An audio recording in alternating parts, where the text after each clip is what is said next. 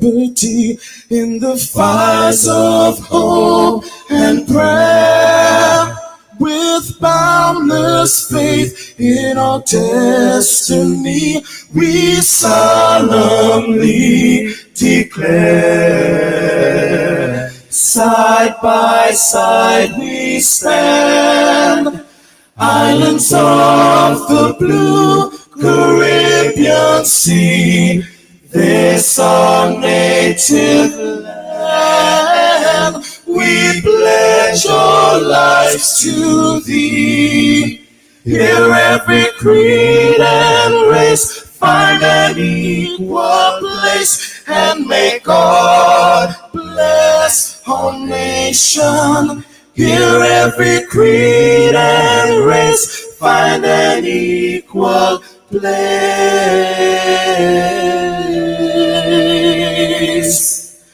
And may God bless our nation.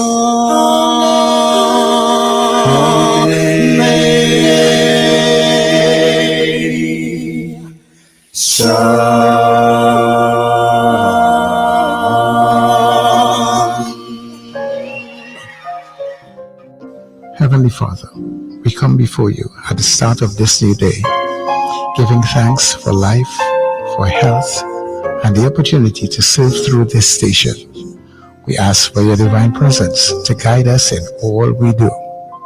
Bless this broadcast, that it may be a source of inspiration, joy, and unity to all who tune in. Whether near or far, may our words uplift, our music heal, and our message bring light to those who need it most. We pray for our listeners, wherever they may be. Grant them strength for the day ahead, peace in their hearts, and success in all they put their hands to. Cover those traveling with your protection, and those at home with your comfort and provision. Lord, may everything we do bring honor to you and be a blessing to others. Guide our steps, bless our efforts, and let this station be a vessel of positivity and hope. In your name we pray. Amen.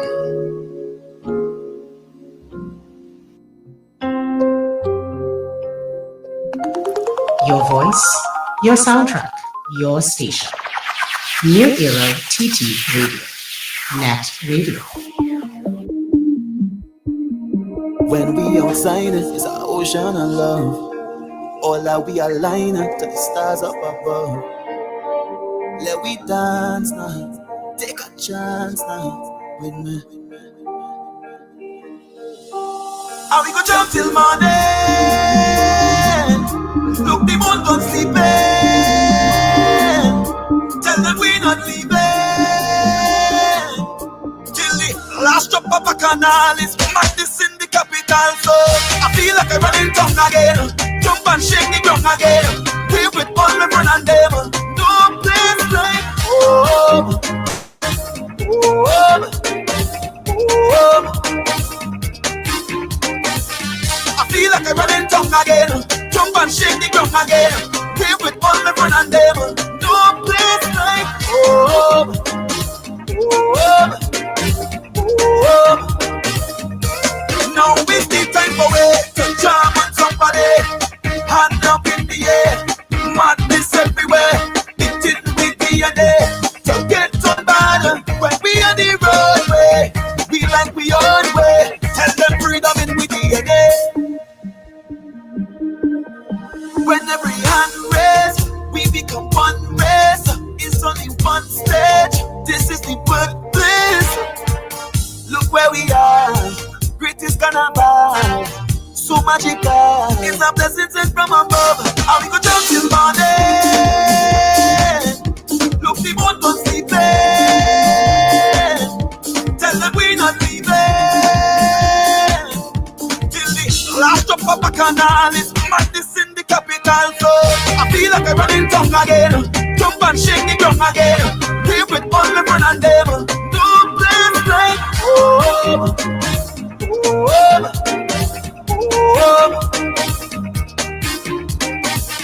I feel like again. Jump and shake the ground again. Play with all my friends and them. No place like home.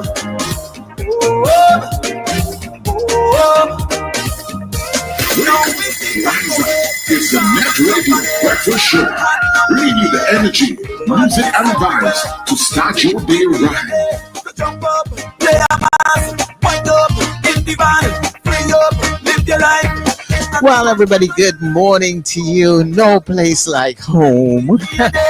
No place like New Era TT Radio. So let me say a very special good morning to all of Trinidad and Tobago, neighbors in the Caribbean, our friends who are streaming all around the globe. Good day to you, and of course, thank you very much for making us your choice. Yours truly, Sir Charles, checking in, and we'll be here with you all throughout your day period. Of course, we welcome you to your Get Up and Go. This is the Net Era Breakfast Show.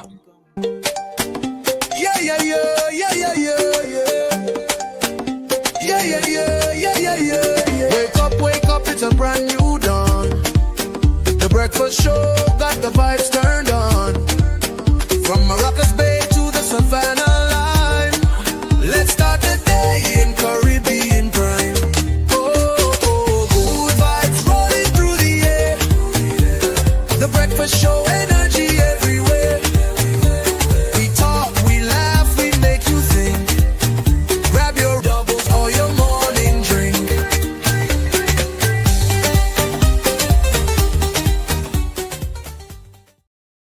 And I have my doubles this morning. I got my doubles this morning, bright and early. I just, I don't always have it for breakfast, but, now and then, sometimes it's a quick breakfast to have, and I got it this morning. So, good morning to our listeners and viewers across the planet, and especially those of you in Trinidad and Tobago. Welcome to the breakfast show this morning. And of course, it's Friday, and you know we love a Friday. You know we love a Friday. The weekend has begun, people, and what a weekend it will be, because it's chock full of theater this weekend. Of course, if you're in San Fernando at Naprima Bowl, you have 7-year itch is on at Naprima Bowl for one night. I think it's Saturday night. Or is it Sunday? I think it's Sunday night, I think it is. And of course, this weekend up north in Cipriani College, you have Married and Mischievous, a strictly adult comedy. And when I say strictly adult, I mean strictly adult. So we are on this weekend. It's a Behind the Current show. There are lots of stuff to do this weekend, and that's priority number one, let me tell you. So good morning. It's Friday. Put a smile on your face, whatever you're doing, whether you're watching us, whether you're listening to us, whether you're in a car, in traffic, whatever you're doing. Put a smile on your face. Over to you, Wendell.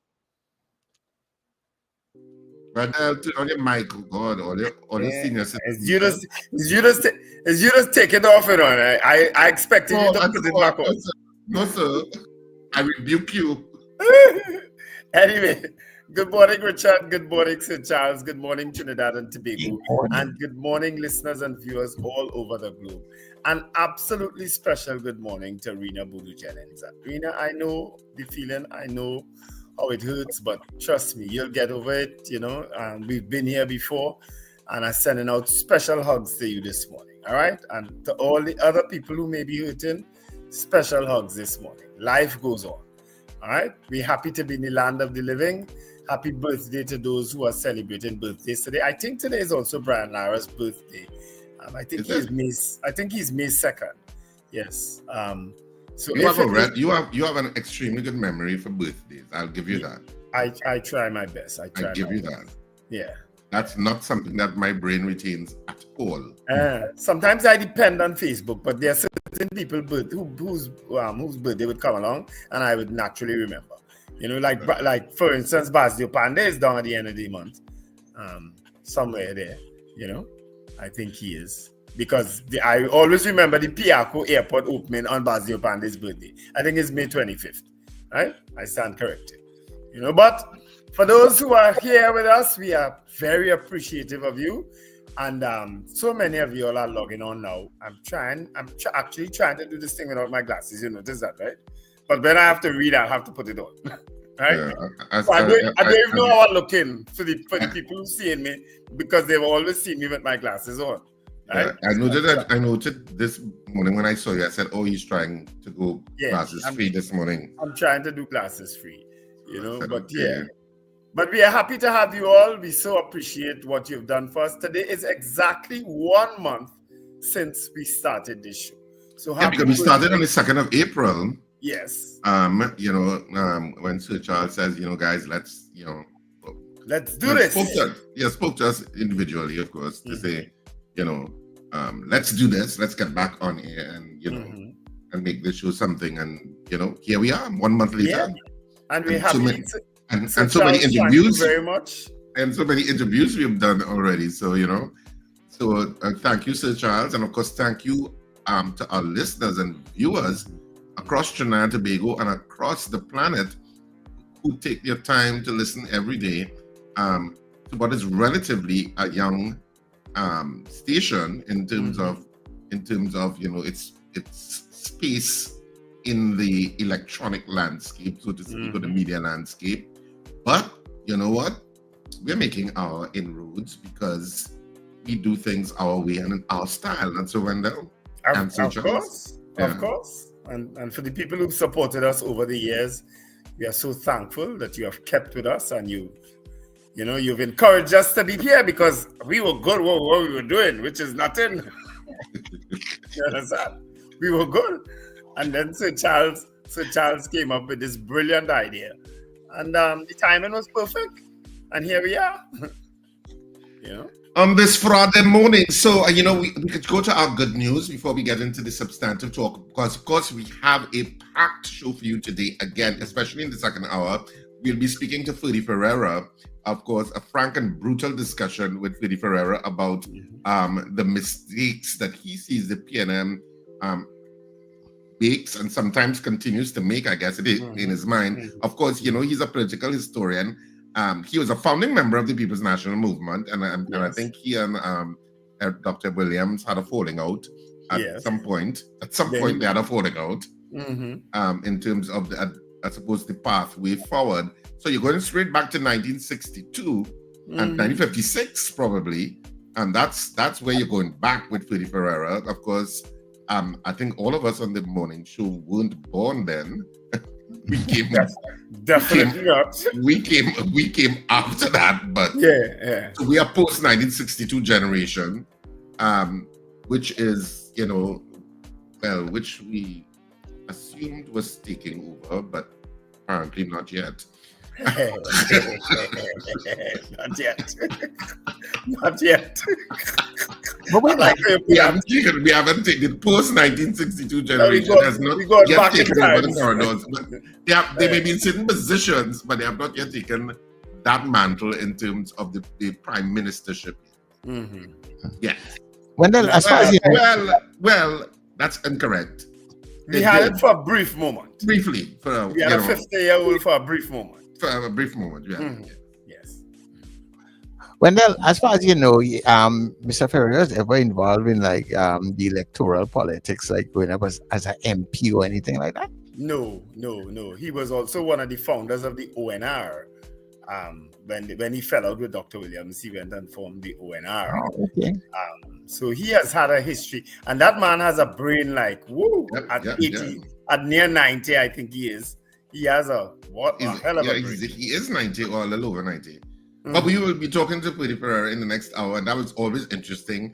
And also in the next hour, we will be speaking to Dr. Devant Maharaj, who had a lot to say yesterday. Who had a lot to say. I mean, he had, well, of course, if you know the history of Devant Maharaj, he was a former minister under the UNC. And of course, he has been an activist for the UNC over the years. And startlingly, he did not support the UNC in this election. He supported the PNM in this election. Yeah. And now he, of course, so he would have comments to make on that. And he also has comments to make on the newly appointed Attorney General, John Jeremy. A lot to say on that. So we'll be having that conversation. So it's a lot to look forward to, because it's almost like a Bacchanal Friday. Yeah. Almost. Yeah. Some heat in the house is what we will say. So you know what? So let's do good news. Let's get to our good news, and then we'll go to greeting a lot of people who in the comment section from early on this morning. We'll be greeting you, but our good news is next.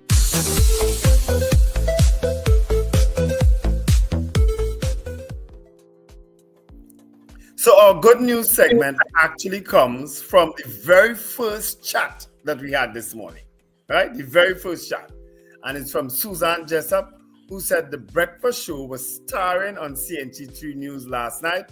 Congratulations on great journalism, Sir Charles Richard Wendell. Love always.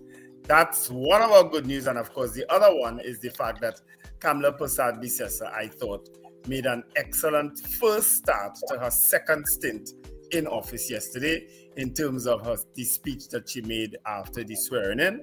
I thought it was all encompassing, and I want to share the good news this morning that for both the Net Radio Breakfast Show and for the newly sworn in Prime Minister Kamla Prasad Bisesa. Yeah, and of course we're going to try to get the Prime Minister at some point on this program.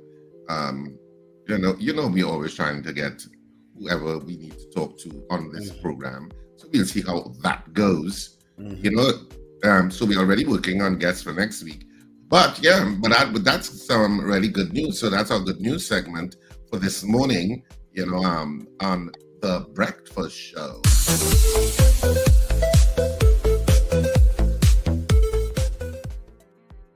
Now, I know you probably have loads of people to greet on the comment section, so you probably need to put back on your glasses. Yeah, I know that. I know, my friend, Sir Charles. It's important that you know him inside out. Susan Jessup, of course, was the first one who said the breakfast show made headline. Congrats, so happy, keep us in the loop. And she sent a whole pile of hearts. Richard, the weekend has begun. Far Rockaway says, good morning all. Congratulations to the brand new second-hand PM of TNT. Marlon Motley says, good morning, guys. Have a great weekend. Boy Bidesi from Debe, good morning, everyone. Melissa from Charlotte also says, good morning. Robert Taylor from Fernandino Beach in Florida says, good morning. Which one is that? Did I click there? Neil Francois also says good morning. Rena Boodoo Jennings, big hug, big hug, big hug. Pearl Cordis says good morning, everyone. Carol Guevara also says hi and good morning. Ambrose Blah from New York City says good morning. Patricia DeFore, Brent Hackshaw, Wayne Ramsey, Hazel Will, that's a new name. Trinidad Margot. How's the aviation lover? I saw you the other day. He is in, I thought he was in Canada. Steph says, good morning, guys. Ozzy Molino, that's also a brand new name. But we know you all change names sometimes. Doreen Pierre, Annie Bunyan, blessed and enjoyable morning, guys. Hey, up early, Annie. Nice. Good morning, Annie. Doreen Pierre also says, good morning to the breakfast crew. It's the weekend. Lambert Bruce also says good morning. Joyce Phillip, which is also a new name. Good morning, new subscriber. Why am I not seeing Sir Charles? Sir Charles is extremely shy and he's married and he wants to keep out of the public limelight because he don't want anybody running him down. Right? Oh, you went all there. Very well put. Very well put. He just feels if he shows himself, he is going to have problems. So don't cause him any problems, all right? Slick Body Grip says, good morning, gentlemen. Alistair Hart, Sunny San Fernando, the AG triggered some interesting comments. He did, we were supposed to be having the newly minted Attorney General today, but he deferred until the entire cabinet has sworn in, right? Richard worked diligently on that yesterday.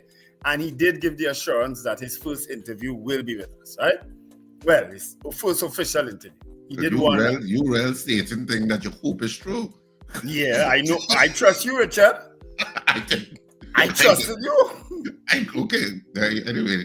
Cheryl Johnson, good morning. Blessed morning, guys. Enjoy your day. David Wares again, good morning. Colted Finch, good morning, guys. CJ from New York, one of our most ardent supporters, says good morning, CJ. CJ, I don't know what I do with your cup. You notice I'm drinking in a different teacup these mornings.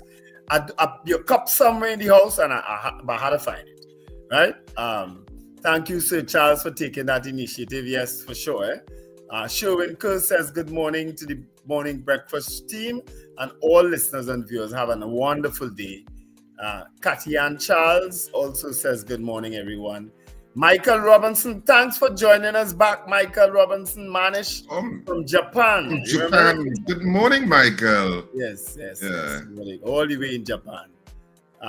Champion of democracy, child of God, good morning, everyone. Gerald Polonay, that's also a new name, says good morning. Slick Money Grip is asking us, well, invite them in what way? They had to get kicked out too, like us, if they want to come here. Yeah, so Julia SPT says good morning. Good morning, Julia. Why I feel like you're trying to prevent me from talking? No, I just say, aren't you doing the comments? Yes, but I was responding to Slick Money Grip. Julia. So Charles, like he breaks. I can understand why. Move on, Wendell. Move on. Move on. Subhash Mangal says, good morning, everyone. Christu said, morning, gentlemen. Lester Cragwell says, good morning, guys. With the appointment of the Attorney General, my newness and hopeful bubble for this new administration burst. Well, trust me, when you listen to Devant Maharaj, you'll hear so much. Teresa Jack says, good morning. Ray Nelson, morning, guys. Would be nice if Paul Richards could join the show. Again, they have to be kicked out like we will, but no such luck. Beauty Culture says, would have loved... Hey, what the hell is this? I'll give you a break. Nicholas Link, Anthony Atwell, Marcel Johnson, and Lyndon all says good morning. Welcome back. CJ says, welcome back, Michael. And that's Michael Robinson from Japan, of course. All right, so those are all our greetings. Folks, one of these days, I'm going to tell you all how this radio station come about. Why the three of us are here, I'm going to tell you all one of these days, right? Paul and Steve are still with Power 102. There is still a Power 102, and they are there still. They are employees there. This is a brand new thing, right? This has nothing to do with the previous incarnation of the Power Breakfast Show. This is now the Breakfast Show. This is Sir Charles's initiative. He spoke to Richard and myself. We agreed to come and do it, and that's why we are here, right? We initially agreed for a short period, but guess what? Because of you all, we're still here. And because of the ads that you all will send for us, the business yours, we will continue to be here as long as you all send that business our way, right? And as long as you all continue to support us. Richard, right, and that's a good point at which to play some of our ads. Yeah, good to see you. God, that man is a pest, Lord. Oh God, I already tell all you who are voting for Married and Mischievous, Saturday, Sunday, 3rd and 4th of May, Cipriani College. Yeah, I going out and laugh, yes. Oh God, I hear real people vote. I hear some people vex, I hear some people happy, and I hear some people don't give a damn. Yeah, all it could come down to Married and Mischievous and Cipriani College this weekend. Who vex will get happy. Who happy will get happier, and who don't give a damn will still not give a damn, but they'll be smiling not doing it. Oh, I hear strictly for adults. Yes, strictly for adults. Do with that what you want. Oh God, this man coming back, Lord, you out for me today. Win with Married and Mischievous, May 3rd and 4th at Cipriani College. Box office opens April 30th. Bacchanal and scandalous. It's only for adults.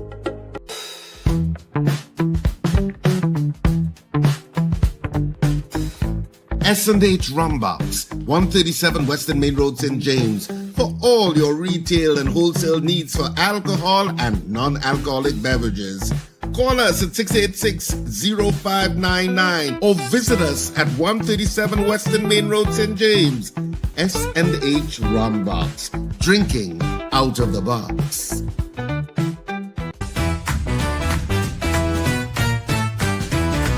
Advertise with us on New Era TT Radio, the fastest growing streaming platform for talk in Trinidad and Tobago.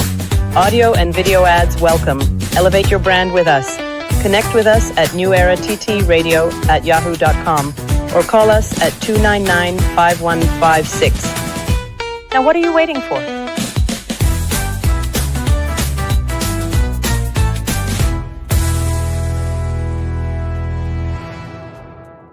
And we are back after So don't that. just talk the talk, walk the talk. 299-5156. Call and advertise with us.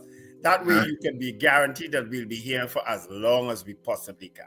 All right? Yep, as long as God gives us health. Of course, I wanted to get into the headlines, and then we can open up the lines and have some conversations with some of our listeners to the program this morning. Is that all right with you guys? Well, just before you do that, Finbar Collins says Finbar says good morning, good news actually, Hillbench and beauty culture, right? That's the final greetings I have to make before we go on, right? Let's go. All right, and of course you can like and subscribe.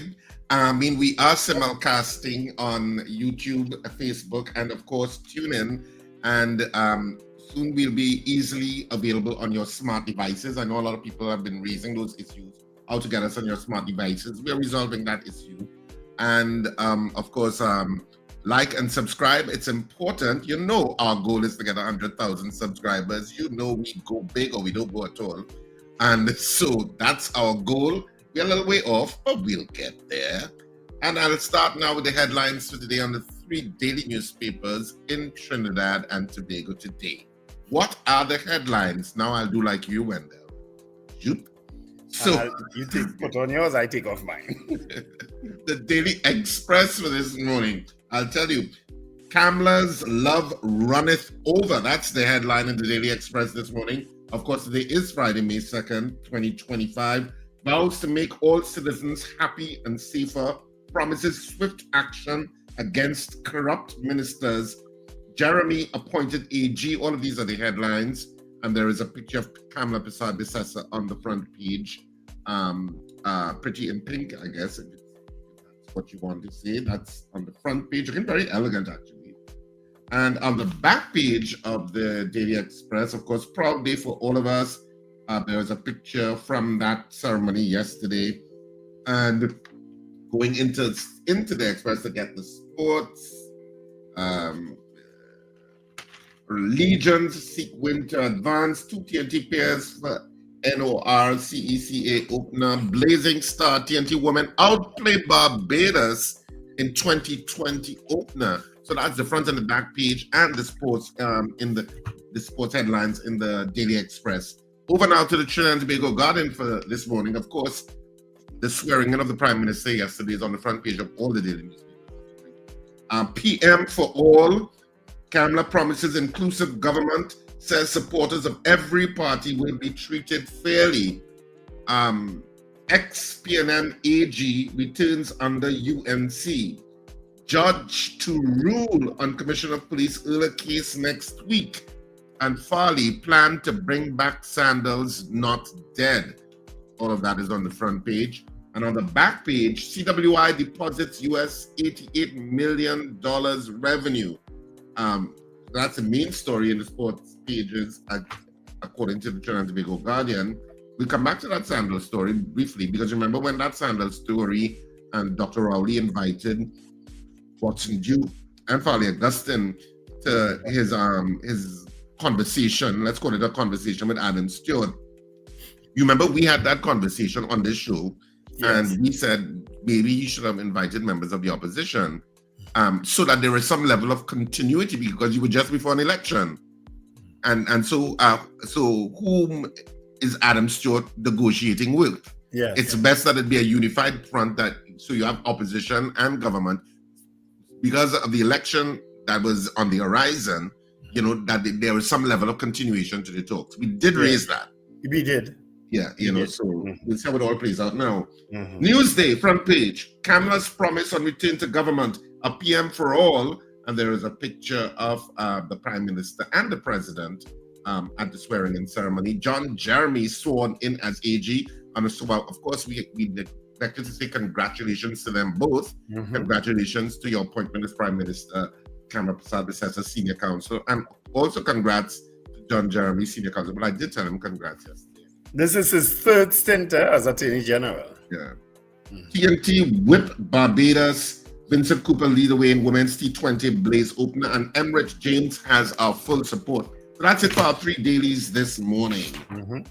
So at this point, let me just do a quick birthday greeting for Kay Wilson McLean. She's celebrating her birthday today. Happy birthday, Kay. I hope your family and your husband, your children treat you absolutely special today. All right. So we can open up our lines at this point, and I'm in terms of getting an interactive with our listeners. Of course, it's Friday, so we always like to treat our Friday shows a little bit more relaxed, even though we'll see how the second hour goes, because we have 2 very opinionated gentlemen joining us in the second hour. But yeah, we always, we enjoy a Friday. We love Fridays on this show. We love weekends. We do. So you know why we love the weekends? Because more than likely there's a play going on with Richard Raghubar Singh, and there's rumbucks happening with Wendell's team. More than likely. Yep. That's why we absolutely love it. So 281-1315, 281-1315. This is your opportunity to get interactive with us before we get to our morning poll. 281-1315. So we're opening up the lines a little earlier this morning. So we have a call, Sturgeon. Yes, we do. Morning. Congratulations, guys. When I watched CNC3 News last night, I said, hey, look, my boys and them starring. So did they give us credit? Because nobody saw it. We didn't see it. They did say the morning show. Okay. They didn't say NETT. Okay. I didn't like what it was. They shall say NETT, the morning show. All right. But don't worry, you are starring. We cool. I said, Sir Charles, they need to put a photo with you. Everybody needs to know the 3 guys. But I was really, really happy. Great journalism, guys. And congratulations for making the news. And that is a good news today. Thanand you very much. And don't forget, I know you don't announce it already. The weekend has begun. Thank you very much, Susan. I love you all. Love you, Sir Charles. Much love. Yeah, the weekend has begun. That's in fact very true. I see we have a new messenger. Christopher Eastman says, morning to you both. Wonderful program, fair, balanced, and sensitive. Looking forward to waking up with you guys going forward. We are happy to have you, Christopher. Caller, good morning. Good morning, gentlemen. Good morning, Zena. Hi, I Zena. just saying morning and awaiting those 2 guests that you have. All right. Okay. Bye. Morning to you. Has that blanket changed color? I don't know. Everybody's switching it up, When UNC win, everybody win. Go on, guy, yellow blanket. You know what is amazing about politicians, Adele, and as opposed because we have been in this business for a while in terms of speaking to politicians and stuff like that. I think a lot of times people who watch the politics, sometimes they watch it in a little bit of an awe, I guess, because in terms of when people occupy positions, they become a little aloof, and I'm using the word aloof not as in an arrogant sense, but a little bit out there, almost celebrity-like, and that sometimes members of the public forget that they're human beings with their own aspirations to power and insecurities like everybody else. And there is a reality to the fact that when a government goes out of power, you have to and understand where I'm coming from. When a government goes out of power, you have a battery of ministers. That's income. So when you go out of power, that income is now gone. Yes. So you're now back into private life, or you are skirting around the new leader of the opposition to try to get whatever favors, and she has a limited amount of favors that she can bestow upon you, because her power is already limited to maybe 6 senators. That's it. Yes. But and there is in the office of the but opposition. they're almost like moths to a light, circling to see who those 6 senators would be. Because it gives you a foot back in. It keeps you in the light, in the public light from a political point of view. So it's important because once you're out of the light, you start to fade. Yes. And you have to start to try to be relevant. So all of those things are going on behind the scenes. It's like when we spoke to Penelope Beckles-Robinson yesterday, and I was talking, remember we asked her about the issue of the behind the scenes maneuverings in people being aspiring to power and sometimes the very negative things and betrayals that take place and how you navigate that landscape. You have to have a strong constitution to navigate it, Yes. And to remain centered as a human being. Callers, yes, guys. Good morning, callers. What is the answer when that blanket going in the dirty clothes basket and it's staying there for a long time? It's in the basket. All right. The blanket going to get a little clean up and yeah. Good morning, caller. Morning, gentlemen. Morning. I was speaking to a friend of mine who was a candidate for the elections, this last call elections here. And it was a new party. I'm not going to call the name of the party. It's a new party, and the first time they've ever been into politics. And just last night when she told me something similar to what you said there, she said, I now understand the addiction to politics. She said, because I wasn't even a candidate, I ain't win the election, it was just the preliminary, but how my life has changed so significantly in terms of the treatment that people give to you as a candidate, the doors that open up for you as a candidate. I understand the addiction to being a politician. She said, I almost get caught in the trap and I almost go back again, but I'm not going back again because it's, and I always refer to the president, the prime ministership as the ring from Lord of the Rings. When they get a taste of the color, it go again. And she confessed to me, the treatment that you get is really different in being even as she states that even as a candidate to politics. So that is to confirm what you're saying there, Richard. Yeah. You know? Yeah. Okay. No problem. Thanks very much, Lincoln. All right. Yeah. People were taking your calls, 281-1315.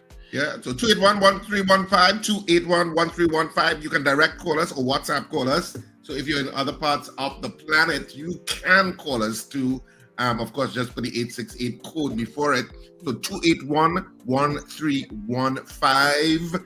This is your opportunity. Right. Sometimes you don't have the time to take your calls in the first hour because we're just busy. But today we are making the time. Good morning. Morning, caller. Good morning, Richard and Wendell. Morning. That sounds like Manish. This is Manish from Japan. And that's what I'm saying. I say that, but that sounds like my girl. Good morning. How are you, sir? Morning. I'm fine. I'm happy. I stumbled on this YouTube yesterday. I couldn't believe this. Really? Yeah, I stumbled on it. So Charles, remember I was on your program 11 years ago when I got awarded in 2014? Yeah, that's a while. I remember that. Yes. How have you been? Everything is good? Everything is good. I always come home for the panorama season. Can't complain. Nice. You know, I love it, and I'm happy you guys back on air. I'm so happy to get all my news from you guys. I never look at nobody else news since you guys log off. Thanks for remaining faithful. Yeah, well, we're back. Thank you so much. Have a good day. Okay, no problem. You guys, it's my time here. Good night. Yeah, man. Okay. Let me read this greeting from Doddridge Jack. Says, good morning. Listen to you for the first time yesterday. Impressive. That's also a new name. Thanks for joining us, Doddridge Jack. Kelcher Cambridge is also a new name. Morning, guys. Ray says, good morning. Hey, Ray, how you going? How's Florida? West Palm Beach in Florida. Right. Good morning, caller. caller. Good morning. Hello. Champion of democracy, you're welcome to, because I used actually the Prime Minister's swearing in and speech, this all-encompassing speech he made as part of our good news this morning, you know. So you're asking why no discussion on viewpoints on the PM speech. You can call in and raise it, but we did have it as part of our good news. Yeah, that was our good news this morning. She actually swore on the Constitution, as opposed to any of the holy books, and she explained why. She said that she didn't want to. She wanted to also be all-encompassing. You understand, and didn't want to offend any one person. And I don't know that has ever happened before, though, that somebody would hold up the Constitution and swear on the Constitution. I thought that was a powerful symbolic move, because you know I'm always that as the leaders of this country, you have to be impartial to all of those issues, and you should be in terms of governing fairly. Good morning. We have a call. Good morning again, gentlemen. My humblest apologies. Is the breakfast show they said, not the morning show. My error in that. The breakfast. So they did mention the breakfast show. So let me do the correction there. Okay, thanks much. Right, so you have a blessed one. All right, take care. Yeah, so we were getting back to why Mrs. Prasad Visesa would have used the Constitution to swear, to take her oath of office. Yeah. And that's important. I think that's an important symbolic move on her part, and because the Constitution is about protecting all citizens of the country in terms of the considerable power of the state. Hence, you have those constitutional protections that you should not take for granted. Yeah. And a lot of those and you're right. I can't remember any other leader ever doing that, Wendell. And so I think it's an important thing that she did in accomplishing that yesterday. Yeah. Because it sets the tone. It sets a particular tone. Yeah. In terms of how people will view your leadership, especially if you're starting off that way. Are you going to make mistakes? Probably, because that's the nature of politics. You're probably going to make mistakes, but how you navigate it is what's important to people. How fair they think you are. Yeah. Caller, good morning. Welcome. Good morning. Good morning. Morning to you, caller. Morning. Yes. Something I wanted to find out. When Mr. Stuart Young was appointed Prime Minister, didn't they had a vote among the representatives? I'm not following you. They signed a letter or something like that. Supporting him as Prime Minister. Supporting him, yes. Yeah. Is that what you mean? Okay. And at that time, some people were calling for internal elections within the party. Yes. Okay. Isn't it the same way Ms. Beckers was appointed opposition leader? Yes. So I hear nobody calling for internal elections. Well, the internal elections, will come in. They got to come now. I'm trying to make the comparison because people were making that an issue. Yeah, I hear you. And they were wrong. They were wrong at the time. You know what I'm saying? Yeah. I don't know that they were wrong, Wendell, because it goes to the fundamentals of how the process of transition from one leader to the next. No, well, Richard, they were wrong. They were wrong. I think the caller is conflating two because different the Constitution didn't say that. The Constitution says who they are the majority support. Yes, but there is also a process within the PNM's Constitution of a political leader and the Prime Minister being kind of symbiotic in terms of the position. So there was. I'm saying. Well, I mean, the Prime Ministership is a separate thing because that's who commands the majority, but it's often the political leader. Well, right, but it's always the political leader. It's always the political leader. It's yes, but it's always the political leader. For the opposition leader, because we have a separate political leader and we have an opposition leader. So right, but the opposition leader now has to be chosen about who won their seats. No, but Richard, I understand the caller's point. I understand the caller's point. That take place. Yeah. You can't call an internal elections. No, I'm saying it's two different things. Because Dr. Rowley had until September, roughly, to call a general election. So there was sufficient time in there to call an internal elections, which is what I think some people were saying, to do the passing of the baton in a transparent manner that ventilates other people who are aspiring to the post. Yeah, but that's not the point the caller making, you know. Yeah, well, let me finish, make my point. And I'm saying that's the time. This time with the opposition leader, it's completely different.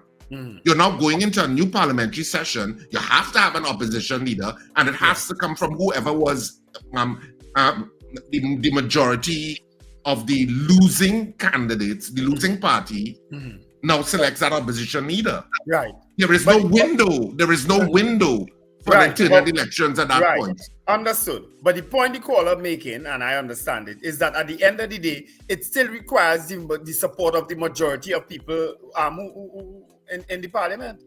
That's the point he making, you know. That it was they made it a big issue.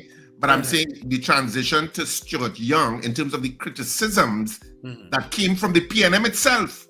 It came from the PNM itself, you know. It wasn't from other parties. It was the PNM people themselves that criticized the process. How he went, how that transition was done. Understood, but they were wrong. We know that. Well, I don't know that they were wrong. I think it's a perspective. Well, they were wrong. At the end of the day, it still had to, it was still constitutionally correct, and we've been through. Nobody's not saying it's not constitutionally correct. You know. Yeah. I'm saying, but from a democratic perspective, did it contribute to the loss of the PNM? It may have, right? But we've gone past all that already. Here we are. The opposition leader has been selected. How you think we've gone past all of that already? No, These I'm things just will be saying. analyzed for years to come. Well, yeah. But yes. But guess what? But we're now in a different era. Short posted a picture with him on the beach yesterday and blew up the internet. He blew up the internet. Life goes on, you know. I don't know why people are so stressed. He blew up the internet. He blew up the internet alive to people's national. Richard, there's only one person that's two people that's at them are stressed now, you know. And trust me, even them not even adding as much stress as they used to add. You understand? Yeah. That let me move on. The opposition leader is now in place. Our government is now in place with Kamala Prasad-Bisesa and Attorney General. She already getting licked for the appointment of John Jeremy, and we'll hear about it later. No, you know, she's also getting support. Interestingly enough, Ramesh Lawrence Maharaj, if I may read a little bit before we get into our morning poll, because you may think it's widespread dissatisfaction. It's not. Former Attorney General Ramesh Lawrence Maharaj yesterday expressed confidence in the capability of Senior Counsel John Jeremy in his role as this country's 19th Attorney General, in case you wanted to know what number it was. Senior Counsel Maharaj, who held the post of Attorney General from 1996 to 2001, and told the newspaper in a brief telephone interview yesterday that Mr. John Jeremy served as Attorney General before, so I have no doubt that he can perform the duties of Attorney General. So that's one. Then you also have the Criminal Bar Association. Attorney General John Jeremy, Senior Counsel, is a fair and fearless attorney who possesses impeccable integrity. So said Senior Counsel Israel Khan yesterday. Given that he is a strong and independent person, Khan said the Criminal Bar Association believes Jeremy will serve Trinidad and Tobago very well and treat the citizens justly and fairly, regardless of race, class, or creed. Well, clearly. So you have some elements that are supporting his ascension to that position under a UNC government. Yeah? So, but strange enough, Richard, I don't think his acumen, his legal acumen, was called into question. Well, of course, Devant will expand on that later, right? But it's because that the UNC, and that's a view that a lot of people would have taken if the PNM had done the same. If the PNM had won the election, and let's say Larry Lala was the AG, you would have heard the same argument that, hey, but we here all the time, we have accomplished lawyers. But the PNM tried to do that. But and that's what I'm telling you. So that the argument, UNC people cross the floor, and all of a sudden they had senators. Richard, they get a black card, go to the top floor. Yeah, I know about that. Take this caller and then we'll do the report. Hello, good morning, caller. Sir Charles, morning again. Richard, I want to put a question to Richard. Let's suppose they call our convention a month from now, and the general membership choose back Stuart Young. What will be the scenario? Do you expect then now Penny will have to step down if the because they don't want to agree with those 13? Could say, well, yes, we still want Penny, but all right, the general membership choose Stuart. What will be, you think will be the situation? That's a very well. It will be a problematic position for the People's National Movement, because it will show that the party is split. Yes. Yeah, that's what it will show. But ultimately, the opposition leader, from a constitutional point of view, is selected by members in the House. So if the 13 members. And that is what Wendell was trying to tell you. It had nothing. That is not written in the PNM's constitution. But no, I understood that. But my only discussion was that the criticism that came from People's National Movement people was that there was sufficient time to hold an internal elections to do that transfer of power. So that the point of having the convention now and the general council going back to Stuart Young, which I think will be kind of incredulous, because you come weakened when you lose an election. When you lose an election, all weakened. All right, but I was just putting forward a scenario. She's already there as the opposition leader. So what happens then? We have to live with it. If somebody else gets the chair. Well, if the 13 members, if the 12 members, because it's the other 12 members, not her, if the 12 members want to switch to somebody else because of some party directive, yes, it can happen from a constitutional point of view. But well, it won't be a party directive, because the internal. But that's what she's raising. She's raising from a convention point of view. And that will be a one-man, one-vote. Whoever the leaders, how the leader is chosen. Right. It'll be up to anybody who has that's the political leader. Yeah. So I'm saying that at that point, the PNM will have a decision to make. And because the entire thing has become convoluted because of the initiation of the process. Yeah. All right. Thanks. Thank you. Thanks very much. What is going to happen, as I said, and I think I said this yesterday too, the discipline of the PNM will kick in just like it did in 2010. When in 2010, remember, at that point in time, Dr. Rowley wasn't political leader, He was made opposition leader and then became political leader. You understand? Yes. That's what happened. And it's going to happen again. Yeah, and I'm thinking, I don't know what Stuart Young's aspirations are to going back to the Prime Minister post. It's probably still there. And he looked very happy on the beach yesterday. He will probably put his name back in for the political leadership. I suppose that'll be an interesting development to see how it all plays out. But obviously, Penelope Beckles-Robinson is liked by a lot of people in the party. Hence her ascension to the post after all this time. So we see all of that plays out, because it will play out publicly, trust me.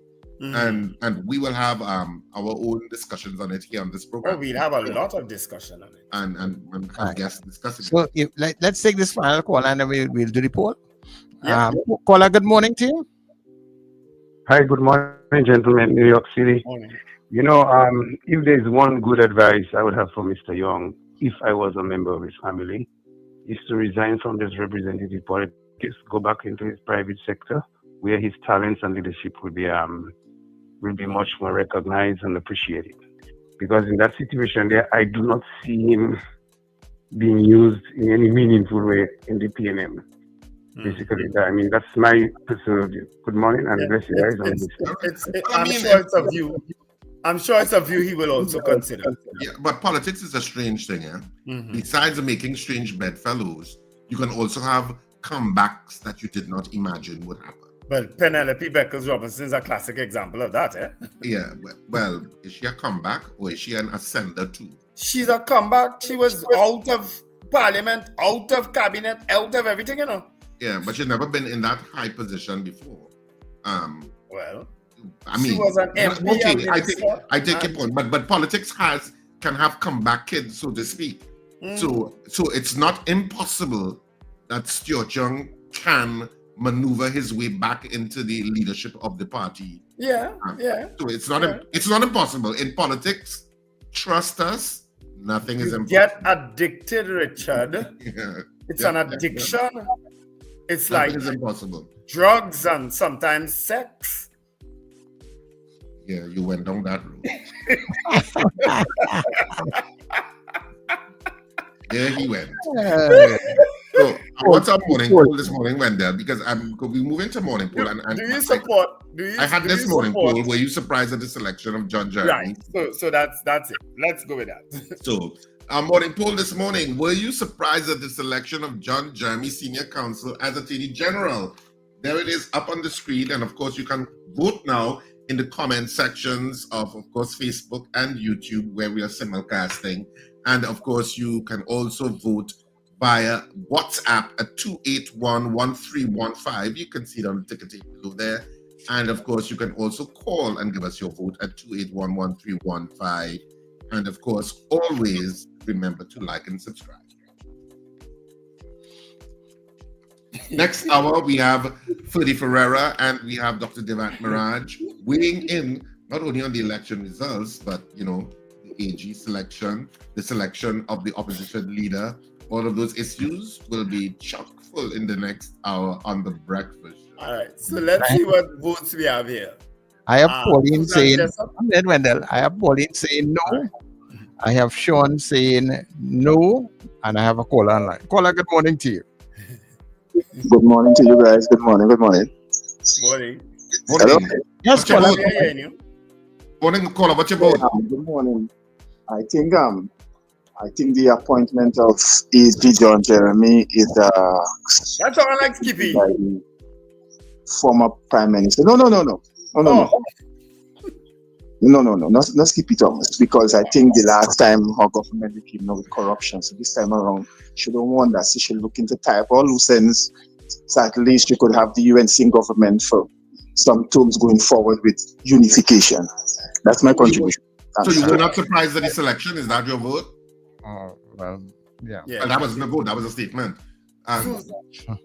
What other votes you want to have in the comment section there, Wendell? Susan Jessup, I think, was saying no, but you only put the N. Champion of Democracy says yes. Steph says yes. Soraya Edwards came across your program on Monday. Okay, thank you very much, Soraya. Susan Jessup says no. Well, all right, she's confirmed is no.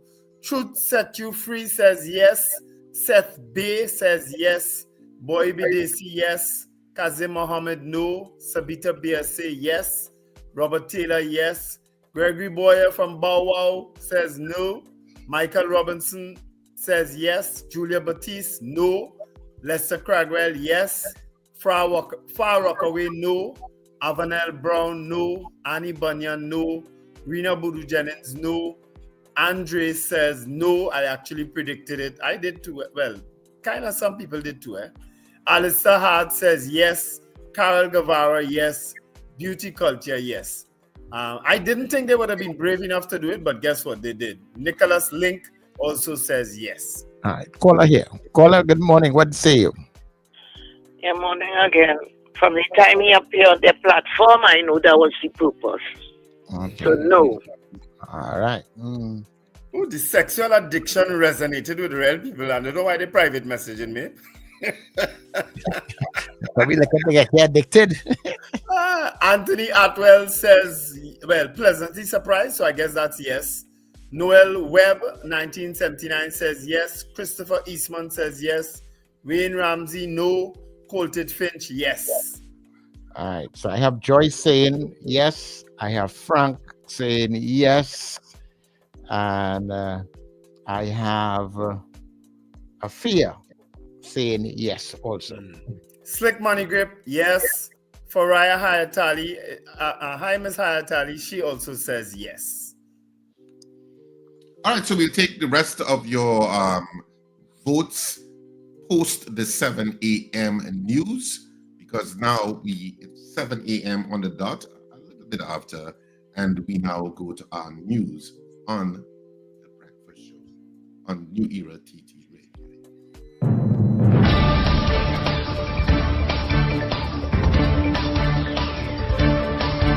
The news you need, the clarity you deserve.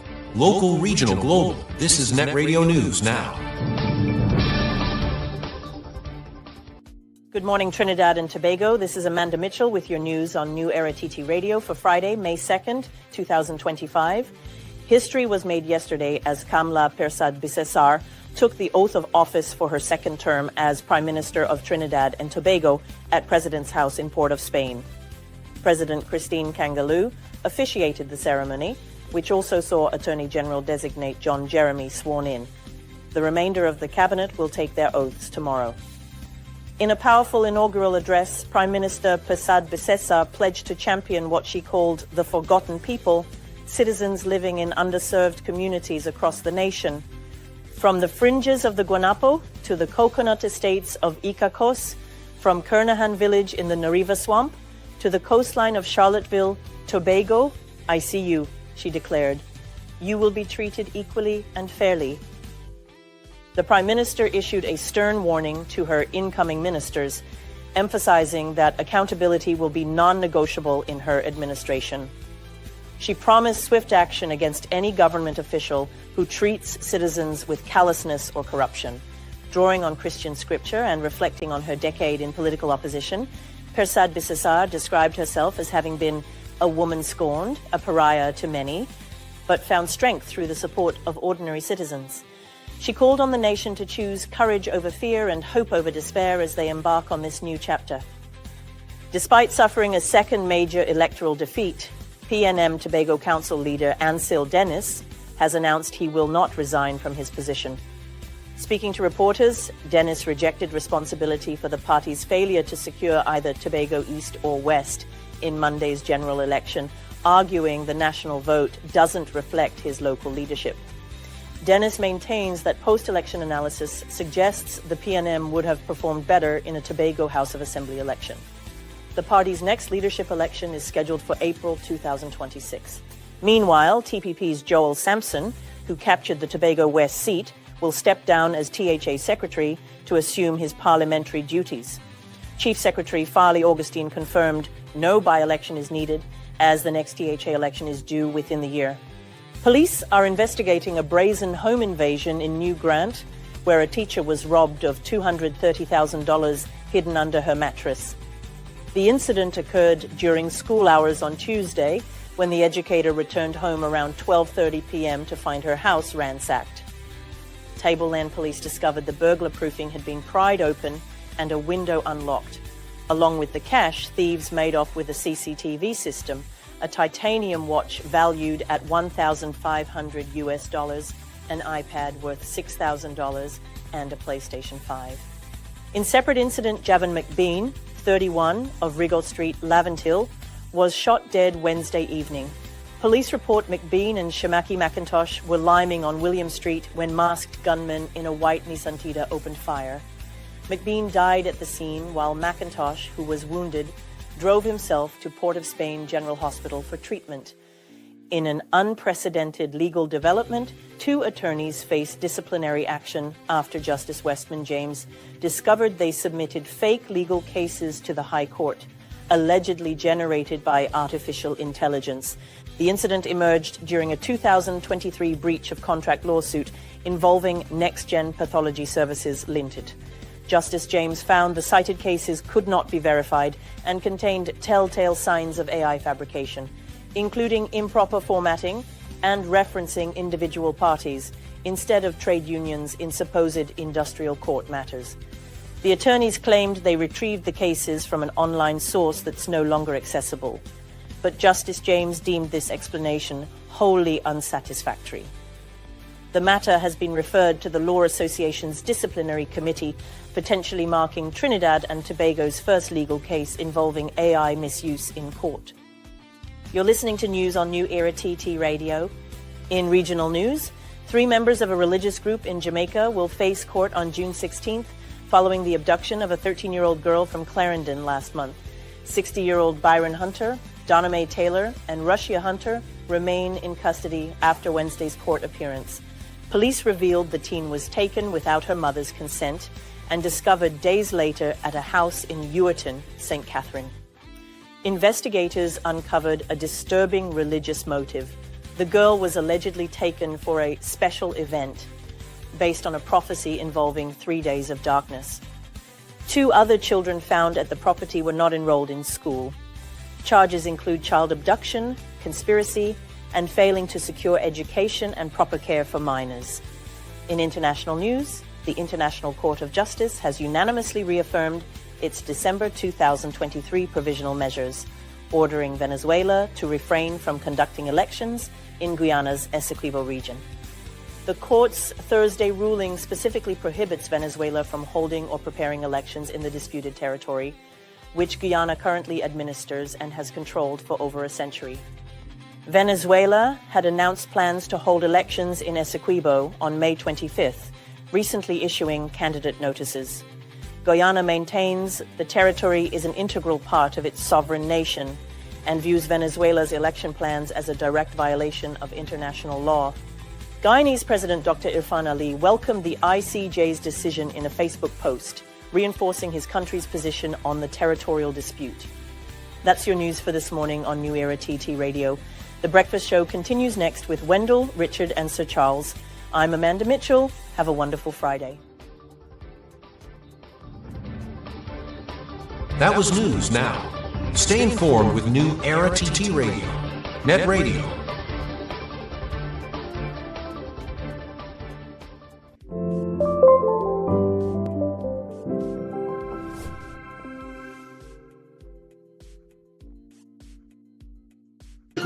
Of physical, social, emotional, spiritual, intellectual, financial, occupational, and environmental state. Join our host, Terry Ann George, a health coach, author, mediator, and CEO of the Institute of Health and Fitness, as she discusses 8 elements with several professionals within the various dimensions of wellness. So let's kick burnout to the curb for good. Join Terry and George for Dimensions. Fridays at 11 a.m. on New Era TT Radio, Net Radio. Wake up with the Net Radio Breakfast Show. Rise and shine with Wendell Stevens and Richard Raghubarsi, weekdays from 6 o'clock to 9 a.m. Start your day feeling good, energized, and informed as we tackle the biggest issues of the day, get you where you need to be on time, and keep you in the know about everything that matters. We bring you insightful discussions, expert analysis, and the latest updates so you're always ahead of the curve. Mornings matter. Your voice matters. And it all starts right here on New Era TT Radio, Net Radio. The Net Radio Breakfast Show, weekdays 6 to 9 a.m. Wake up informed and stay ahead.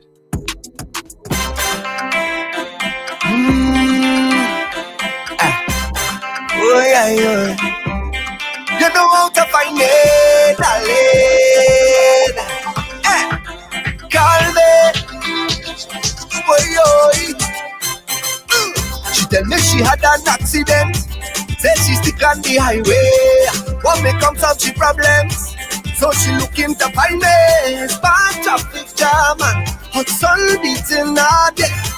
Say she out on the road all day. So when I reach her, she tell me, what you waiting for? Like you ain't sure. Jack up the thing like so. Hey. And if you see her walk with the pressure when not turning it.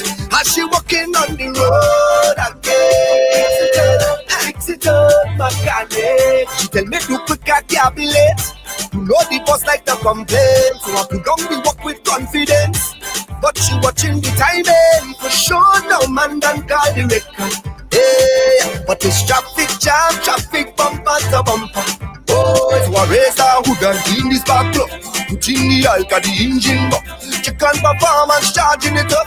I see she revving, but it not functioning. The crowd got her wrong, is big jam straight to tongue, yeah. Say she's sweat on the road all day. So then she turn on, she tell me, what you waiting for? You're taking too long. Put her back on the floor, eh. Cause she want me apply the pressure when I'm turning it. Get you walking on the road again. Fix it up, my come fix it up.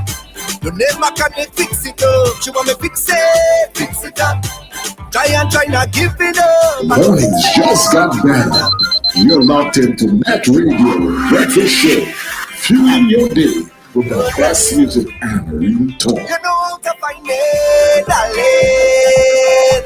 Well, you know how to find us now, right? Yeah, you can check us out via our website, www.newerattradio.com. You can also check us out on Facebook, New Era TT Radio, of course, also on YouTube, right? Welcome inside our number 2, and of course, this is the New Era TT Breakfast Show, and of course, I think right about now we're getting ready for weather with Amanda, right? Good morning again, Trinidad and Tobago. This is your weather update for Friday, the 2nd of May, 2025. It's going to be a hot, sunny, and hazy day ahead, despite a 30 to 40% chance of a few afternoon showers.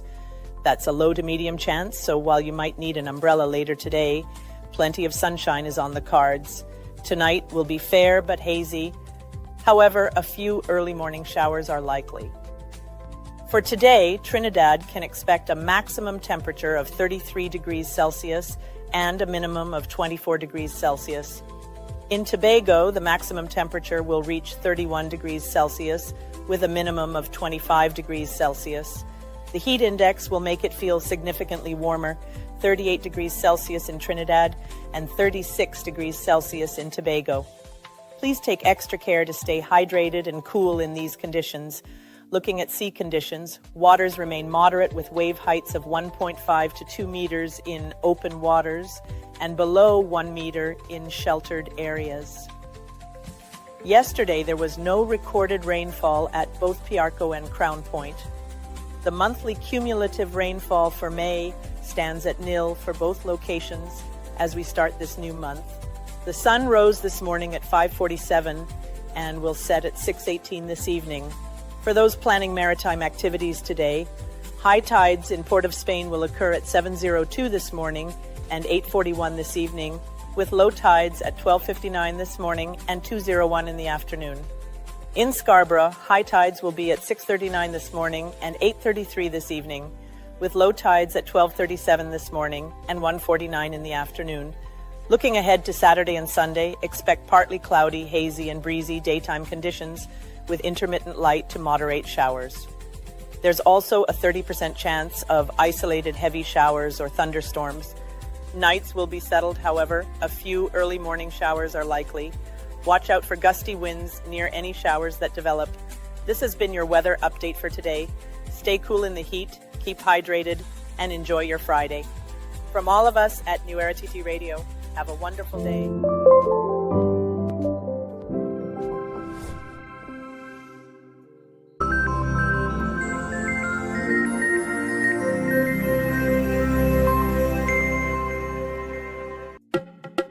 RSRR Productions has done it again. Married and Mischievous was a riot at Sapa. Now we head to Cipriani College for 2 nights only. On Saturday the 3rd of May at 8:30 p.m. and Sunday the 4th at 6:30 p.m. Tickets available now at usual outlets and from Wednesday the 30th of April at Cipriani College box office. This play is strictly for adults. Married and Mischievous is an experience you'll never forget.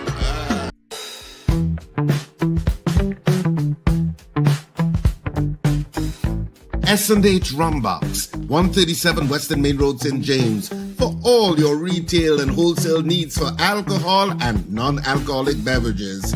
Call us at 686-0599 or visit us at 137 Western Main Road, St. James. S&H Rumbox, drinking out of the box.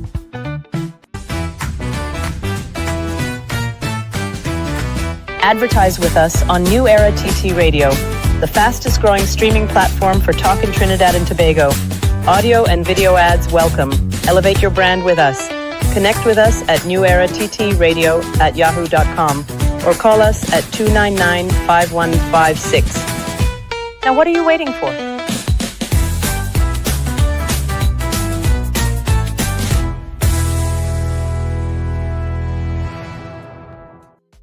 Of course, we are back for the second hour of the breakfast show on this Friday morning. So put a smile on your face because it is Friday. And of course, I need to give the results of the morning poll this morning. And of course, if I just may remind you of what the morning poll was or is today. This is our morning poll. Were you surprised at the selection of John Jeremy Senior Counsel as Attorney General? I don't know if we have any additional votes, Wendell or Sir Charles. Yes, we do. We have Benson Stanton saying no. Marlon Motley said no. Who else? That's it. Those are the 2 votes. And Keith Clark also said no. Those are the 3 votes that I have. Sir Charles, you have any? Sir Charles? I think he stepped away a bit. Can't step away because you have to get on to Ferdy Ferrer at this point. Mm-hmm. So, he's probably gone. He's probably gone to get some croissant and coffee like I did. Okay. Well, I mean, I don't know if there are any other votes on the WhatsApp. A poll this morning was: were you surprised at the selection of John Jeremy Senior Counsel as Attorney General? We had 39 people voting on the poll this morning. Well, add 2 to that, Richard. Brent Hackshaw, yes. Sherwin Kern, no. That just came true. 1 each. 1 yes, 1 no. All right, so we had 41 people voting on the poll this morning, and it was pretty much even keel for a lot of the voting. You know, it was actually split down the middle. So were you surprised at the selection of John Jeremy Senior Counsel as Attorney General? So we have 41 people in all voting. 23 of you said yes. You were surprised at the selection of John Jeremy Senior Counsel as Attorney General, and 18 of you said no, you were not surprised. So 18 said no, 23 said yes, 41 people voting in the allotted time on the poll this morning. There you have it.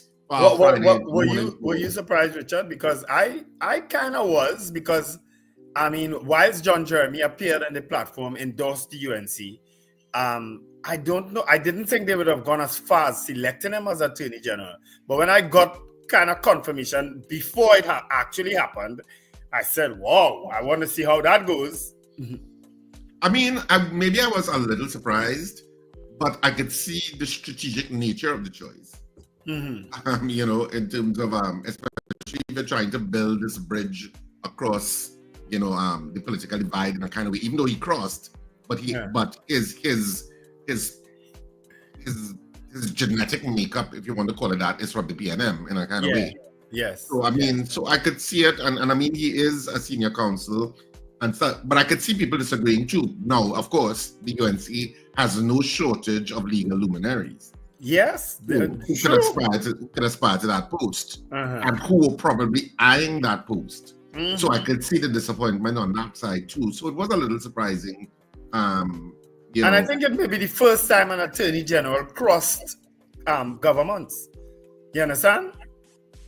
I don't know that any Attorney General would have served 2 different government administrations. You mean that? Yeah. Administrations, yeah. Yeah. I don't think that ever happened before. John Jeremy, this is his 3rd stint actually as Attorney General. He served twice under Patrick Manning, and now he's serving under I don't know that Selwyn Richardson was an Attorney General in the PNM. Yeah. He was an Attorney General for the NAR, but I don't think he was an attorney. I stand corrected on that, champion of democracy. All right, sorry about that, guys. I didn't really go anywhere. You did a Steve. I'm just saying you did a Steve. But I know at this point we're going to try to get on to Ferdy Ferreira. Of course, he's a political historian, one of the founding members of the People's National Movement. And right, so that is what I was busy getting organized for you guys. So we have Mr. Ferreira online. So we do. Oh, good morning and welcome to the breakfast show, Mr. Ferdy Ferreira. Mr. Ferreira? Yes, morning. Morning, Mr. Ferreira. Thanks for joining us on the breakfast show. Yeah, are you? Yes, are you hearing us okay? Yes, I'm hearing you. All right, great. Thanks for joining us on the breakfast show, Mr. Ferreira. We appreciate you taking the time to speak with us. Hello? Yes, Mr. Ferreira. If you're having problems hearing us, could you let us No. So we could speak up a little louder because both Richard and I could shout when we're ready, you know. Okay. Mr. Ferrer, are you hearing the guys on them, or is it that you're just hearing me? Yeah, I'm hearing you, but somebody's talking there in the background. Let's make it. Well, what you're hearing in the background there should be Wendell and Richard. Are you hearing Wendell and Richard now? Richard, go ahead, talk to you. Yeah, Richard, Mr. Ferreira. Yeah, Mr. Ferreira, thanks for joining us on the breakfast show. Hello? I think what he's having difficulty is in the change in voices. He may think that it's somebody else. Yeah. So Charles, just explain to him that we will be the ones conducting the interview. Yeah, I mean, if he's picking you all up. Mr. Ferrer, are you hearing the Wendell and Richard? Yes, I'm hearing you, but I'm not hearing. I'm hearing two voices. Yeah, well, I am not the one conducting the interview. Wendell and Richard, the other voices you're hearing, those are the guys who are conducting the interview. So they are the ones who are talking to you. So are you hearing? Yes, them okay? I'm hearing you. I'm not hearing them. Oh, that's what he's saying. Oh, all right. How do you fix that, Charles? Go ahead. The interview is all yours. Hello? Yeah, we're right here, Mr. Ferreira. Are you hearing us? Yeah. All right. Let me try something else for you guys. All right. So Charles will work that out. So let me see if I can work it out a minute. Go ahead, my time. Yeah. So Charles will work that out. We do have Mr. Ferreira. I know he would have some challenges because Mr. Ferrer would have caused most of his interviews would have been conducted by the person who called him. You understand? As opposed to them linking him to someone else. I don't think he's hearing us at all. So I think that's the problem. Yeah. No, he's hearing us. But he's hearing us as if he's hearing other voices. I don't think he's hearing us. You ever see the movie Sixth Sense? Your analogies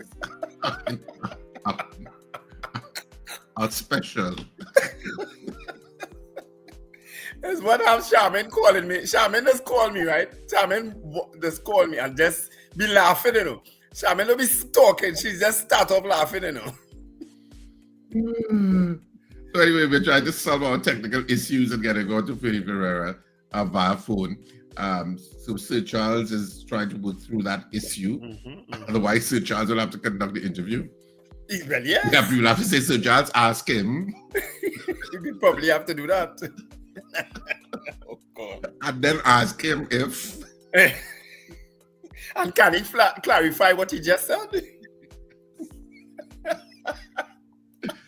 But Sir Charles is a seasoned interviewer himself, so he can handle it. Yes. But of course, Ferdy Ferreira would have had a lot to say. I think he has a lot to say about the opposition leader selection. Yes, he was of the opinion, because I listened to his interview elsewhere. So, which is the reason why we pursued him. He is of the opinion that Stuart Young should have been appointed opposition leader in light of the fact that he's new, young, and also give him that chance to lead the party in that perspective, you know. So, but it's the point of view. Yeah. That's now water under the bridge. It's Penelope Beckles Robinson. That's who it is, you know. Unless the members on the opposition side change their mind, because they can, Yeah. You know. But Sir Charles, are you getting any headway from a technical point of view? Give me 2 minutes. or you can handle the interview and we'll just tell you what the questions are, because we are hearing him. Mm-hmm. Yeah, and the listeners will be hearing him also too. Yeah, so we are hearing him. It's just that he wasn't hearing us for whatever reason. So anyway, you can go through some of the comments in the meantime. Because I see Champion of Democracy. Champion of Democracy, I want to tell you something, right? You have a style like a guy who used to message us regularly, a guy called Karen Ipnow. I have to tell you that, right? You may not be him, but you have that style. And I don't know why you're trying to silence Devant Maharaj. Me and Devant Maharaj are friends. Everybody know what I thought about him back in the day, right? He has something to say. We listen to him. He is entitled. And we have interviewed Devant before. Yeah. We have. Yeah, it's not the first time we're interviewing him. Yeah. I mean, it's the first time in this iteration, but we have interviewed him before. Was there anybody we haven't interviewed? I don't think so. Well, we haven't. We even interviewed Kamala Prasad Bisesa one time. Yeah. Of course we have. Yeah. So there's no one we haven't interviewed. Yeah. Jude Khan says, morning, everyone. Have a great and marvelous weekend. Trini Bree said, I wasn't able to hear or see the PM's speech. Did she take any questions? She not at the swearing in, but after. I think the media asked her certain questions, and especially about the taking the oath with the Constitution, and about her selection of John Jeremy, who said she confirmed he's an excellent attorney at law. And, I think they all went to school together too, eh? That's what I heard. Brent Hackshaw, Terrence Rhodes, just put some G's. Cheryl Henry says, good morning. Andre said to Charles Hitolia, Steve, for sure. Kelcha Cambridge says, hope he brings those cases up with so many people sitting in jail for all those years. What are you speaking about, Kelcha? And Champion said Selvin Richardson was an AG under Mr. Chambers. Well, yeah, but where else was he an AG? In the NR? I don't remember Selvin Richardson being the AG for Mr. Chambers, but maybe you're right. Mr. Robinson definitely wasn't an AG. The Allen Project says one of the issues with the PM was the Marriage Act, when the PM who championed himself as mother of the country and swiftly abandoned. Okay, I don't know what that means. Dilip Celeste says he's not hearing Richard. Okay. Donna Ramlochan says, good morning all. Lester Cragwell said, let's hope the attention will be focused on the people this time and not more commissions of inquiries. And Lester, that was the tone of Mrs. Prasad Bissessa yesterday. I think, and I hope she's determined to leave a legacy in this second chance she has at being Prime Minister. And hopefully it's a good legacy, because you know how the second chance happen, what taking place in America, right? Well, you've seen what's going on, right? So let's hope she doesn't go down that road, right? So, all right, guys, let's see if we can try it again. Mr. Ferreira, are you there with us this morning? Are you hearing us okay now? I'm hearing you now. And are you hearing us now, Mr. Ferreira? Yes, I'm hearing you. All right, great. So welcome to the Breakfast Show. We appreciate you taking the time to speak with us this morning. So, Mr. Ferreira, your thoughts first on the election results and also on the appointment of the opposition leader. What are your thoughts? Well, first of all, let me congratulate the Honorable Prime Minister for her success at the polls and the fact that she has been returned to office. However, as you know, I am a member and supporter of the PNM.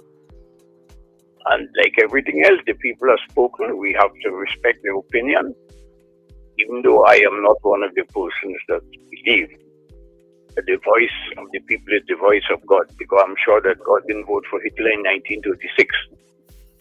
But the people have spoken, and we have to respect that and give the new government an opportunity to perform in accordance with their promises. What about the appointment of the opposition? I've publicly expressed my opinion on that already. I don't think it was a right decision. Having looked at the results and the performance of the PNM, I don't think it was the appropriate thing at this stage to change the outgoing Prime Minister. I expressed my opinion publicly, and the fact that as far as I'm concerned, what is required in the PM now is sober thinking, a thorough introspection into what happened. Because what is absolutely clear is that the most valuable asset of the PNM, which is the election machine, that is the greatest asset. They won 6 elections from 1956 to 1981, 6 general elections on the basis of the performance of the election machine. It's quite clear that in last general election, the election machine collapsed. It is one thing to lose in the marginals. It's another thing for the party to lose in Point Fonte and Labway. That sends a message that something went wrong, and the leadership has to accept full responsibility for what happened. It's one thing to lose in St. Joseph Arangwet, it's another thing to lose in Labway and Point Fonte. Where since 1986, the PNM has not lost it. The last time the PNM lost the election in Labway was 1986. Since then, they have never lost an election in Labway and Point Fonte. Mr. Ferreira, lost, so it tells you something. And one of the problems that the PNM will have to deal with, well, of course, in a sense, it has been partially dealt with. Is you cannot have a general secretary who is the general manager of the party operating as a constituent representative and a minister.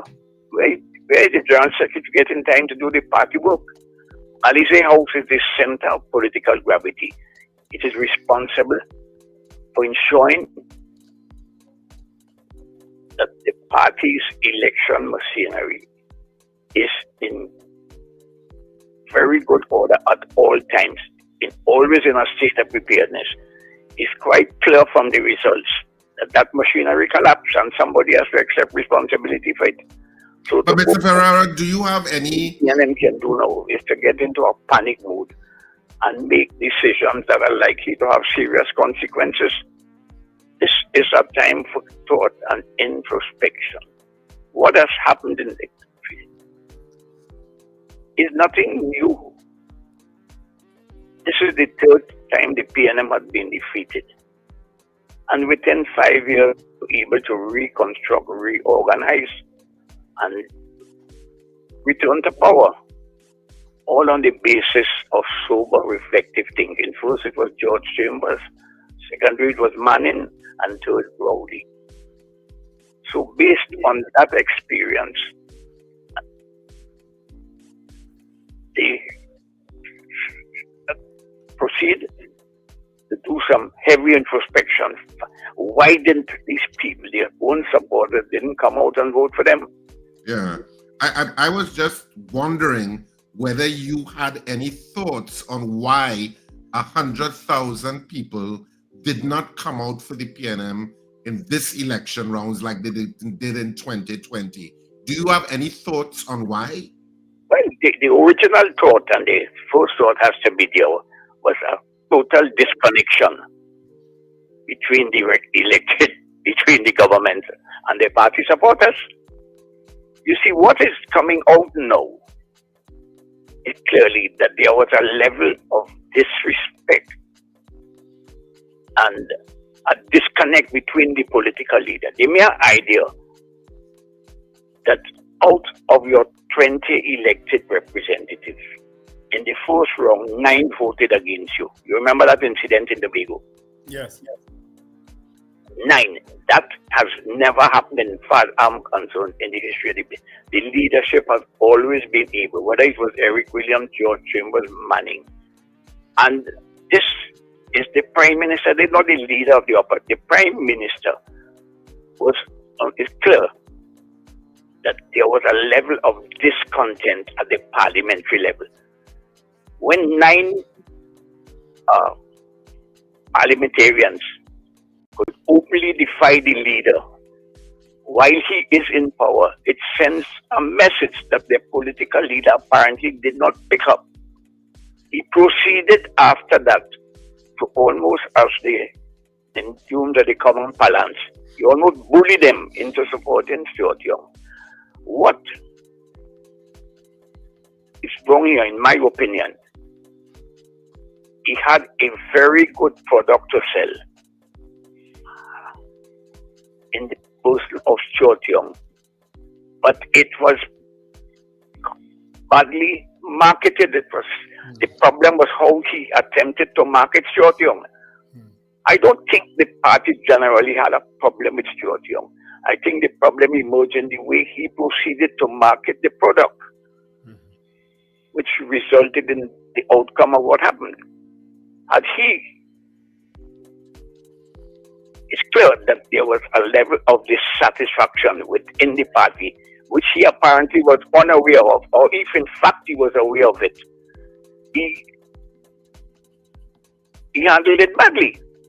Immediately you have a situation where there is an atmosphere in which the leader, the PNM have a history of almost complete dedication to the leaders.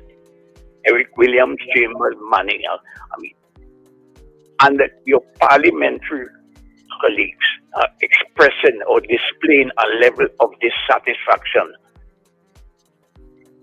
with something you did in terms of how he was projecting Stuart Young. And of course, he started off, he's my Garfield Sobers, he's this, he's that. When he was in the ministry, Franklin Khan was the Ministry of Energy. And as far as the Prime Minister was concerned, Franklin Khan was on energy. Everything was good. That in itself created a level of concern and disconnect.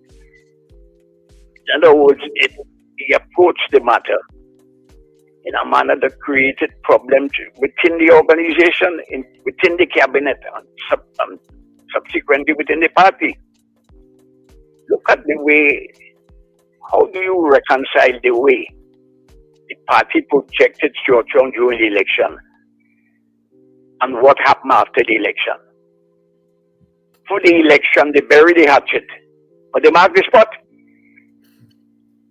So as soon as the elections were over and the party was defeated, he turned on the political leader and Stuart Young, which should never have happened. I mean, my major concern now, in South Africa, I'm speaking now as a party member, is that I don't think removing Stuart Young or supporting what's her name, Penny Bates. I'm not concerned about personality now. I'm concerned about political sensitivity.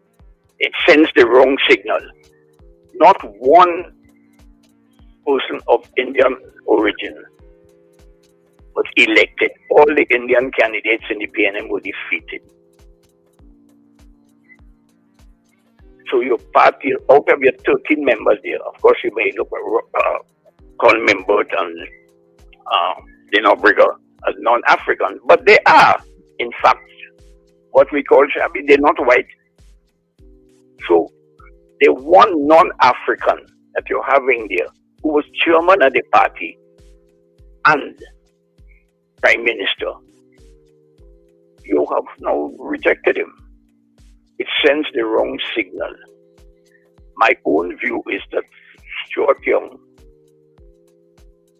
should have been selected as leader of the opposition.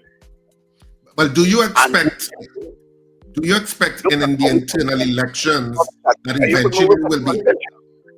But to rush to make these decisions now, without thinking of the consequences that are like, people are likely now to say, you see what happened? I tell all you, they don't want nobody but a black leader and all. That is not the way our party was constructed by the founding fathers. We are in fact the only true national party in the country.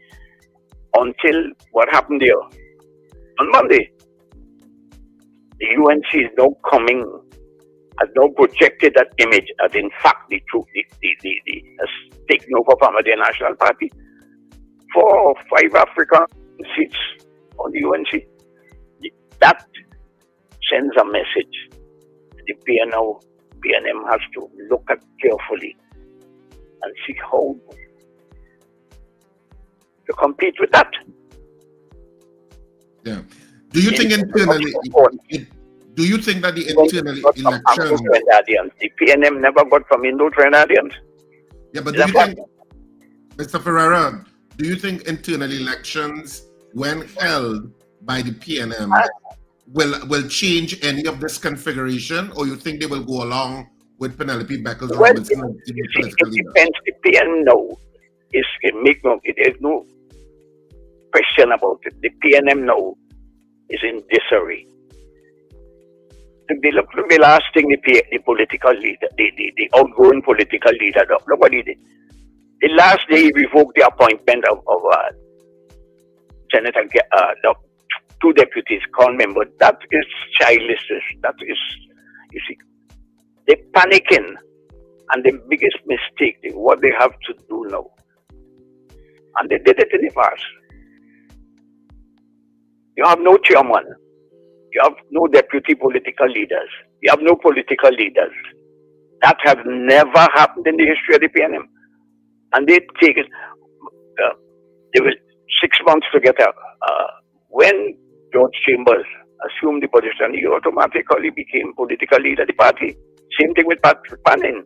Same thing with Chris Rowley. Whether in government or opposition, we have always had a political leader. Now, you don't have a political leader. You don't have a chairman. You don't have no deputy political leaders. And the general secretary of the party was defeated at the polls. So it is an atmosphere in which careful and sober thought has to be given into how you proceed to reconstruct the great and mighty PNM, of which I'm a foundation member. I'm very concerned. Yeah. It is not we appoint a new leader of the opposition, and everybody, you begin on the wrong foot. Yeah. But Mr. Ferreira, thank you so much for joining us this morning. This has to do with penny buckets. This has to do with how you proceed in terms of your reconsideration, your reconstruction process. Yeah. And if you send the wrong signals, because I have no doubt in my mind that while I wish the government well, as I said, the people have spoken, the people have voted, we ought to give them an opportunity to proceed in accordance with what they promised the country.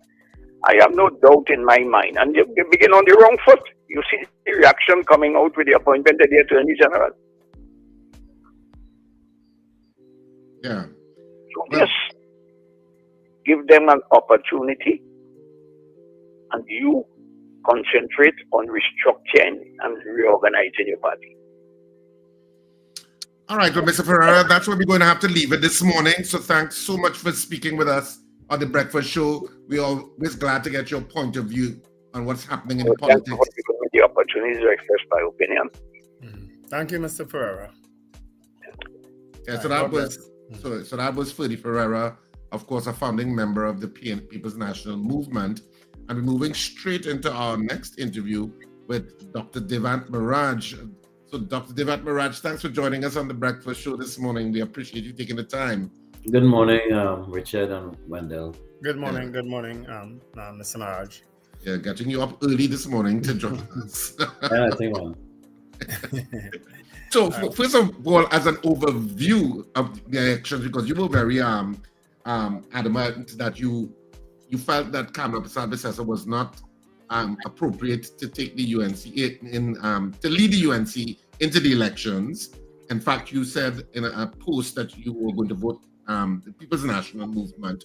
What's your take now that the election results are out? What's your overview analysis of the entire thing? No, I still feel the same way.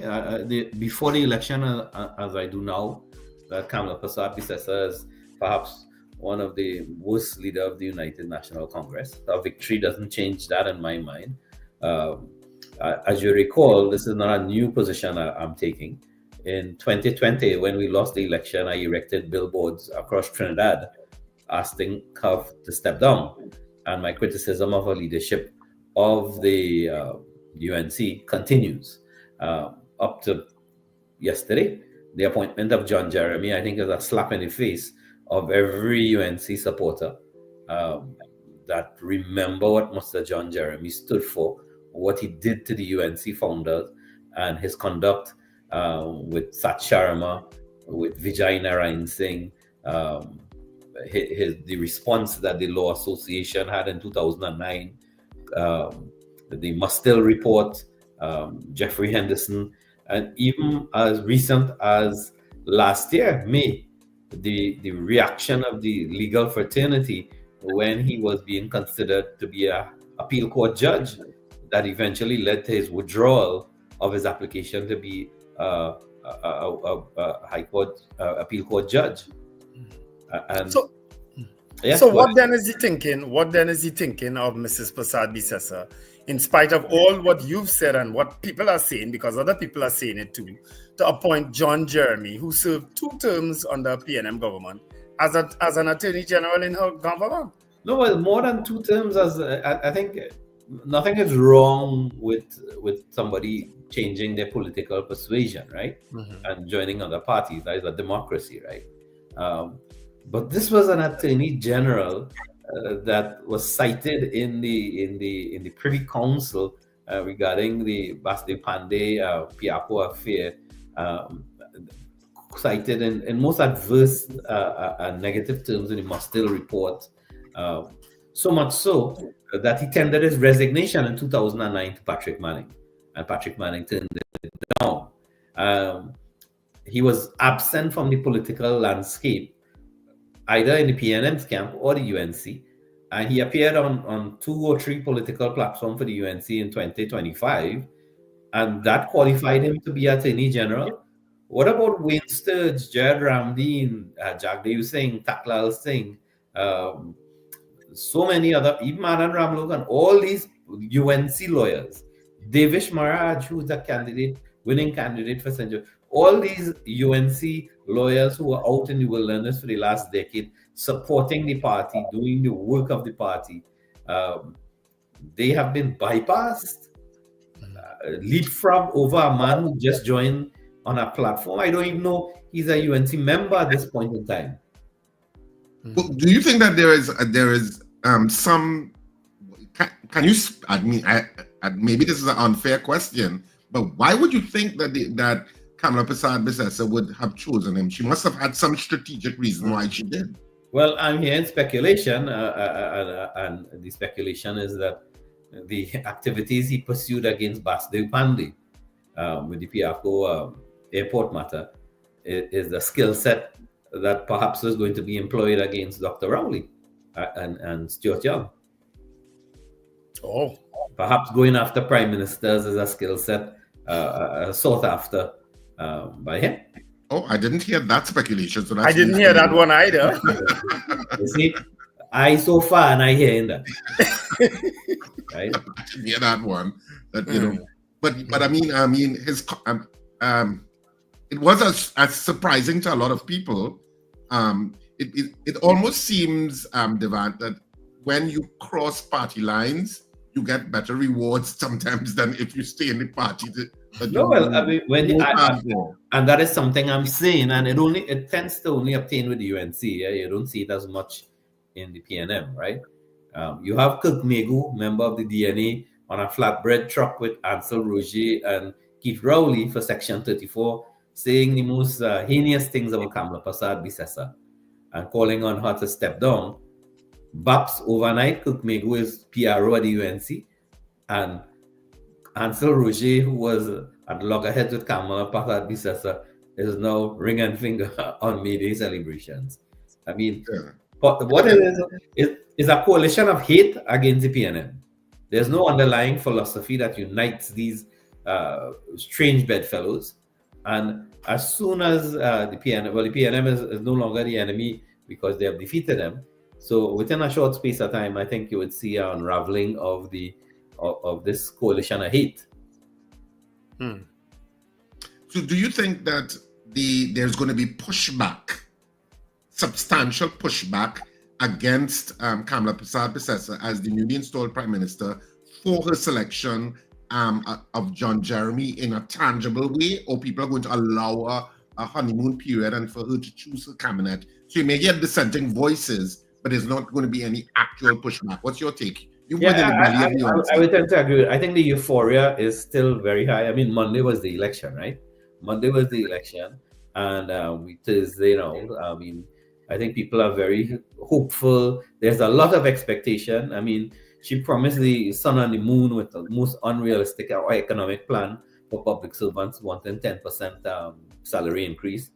I think once they realize that the delivery isn't there, and some of the characters that people had questions over start to emerge in positions in the government, slowly the rose-tinted glasses will come off, and it will creep in over a period of time.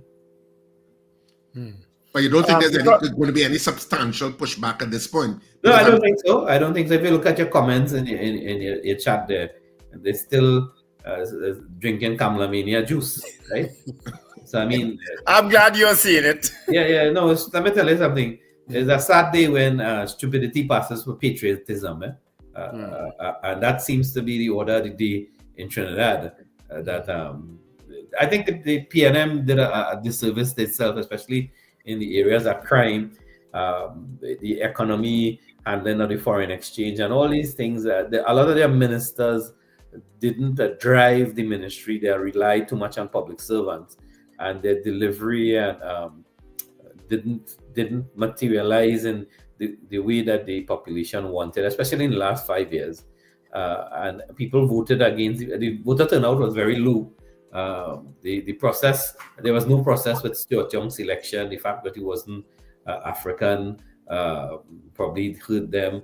The firing of Gary Griffith in hindsight has to be viewed as a misstep of the PNM, because Gary, like him or hate him, he was a gun talker. He had criminals. He was a boots on the ground. He provided a good assistance to the Minister of National Security doing the heavy lifting. With the removal of Gary with a almost public servant type commissioner of police, who then tell the population depend on God, go and pray to God, as of the Minister of National Security was by himself. So you had on the run up to the election, shootout in Piaco Airport, and then followed by the following weekend, a rape of 3 young women in Sandy Grande, right? That I'm sure didn't help the PNM at all. So I think it was a confluence of a number of factors that people voted against the PNM, and the beneficiary of that was Kamla. No, Mr. Maharaj, you raised a while ago the specter or the possibility of John Jeremy being appointed Attorney General to go after the two former prime ministers. Now, as far as I can recall, and you could correct me if I'm wrong, and anybody could, there were no accusations of corruption against Dr. Rowley at all for the time he spent there. And Stuart Young, there was no. Remember, there was with Stuart Young with his brother. But that wasn't corruption on his part. There were recusals that he made from the cabinet because of whatever dealings was taking place there. But I don't know that he was ever accused of being corrupt. Well, I guess if there's an investigation, which there may be, is to discover any linkages. I think there have been things that people have been talking about, and I suspect that will be his mandate to look at who held the reins of office. I mean, there was a lot of furor and speculation about the acquisition of Kedona with Minister Rohan Sinanan.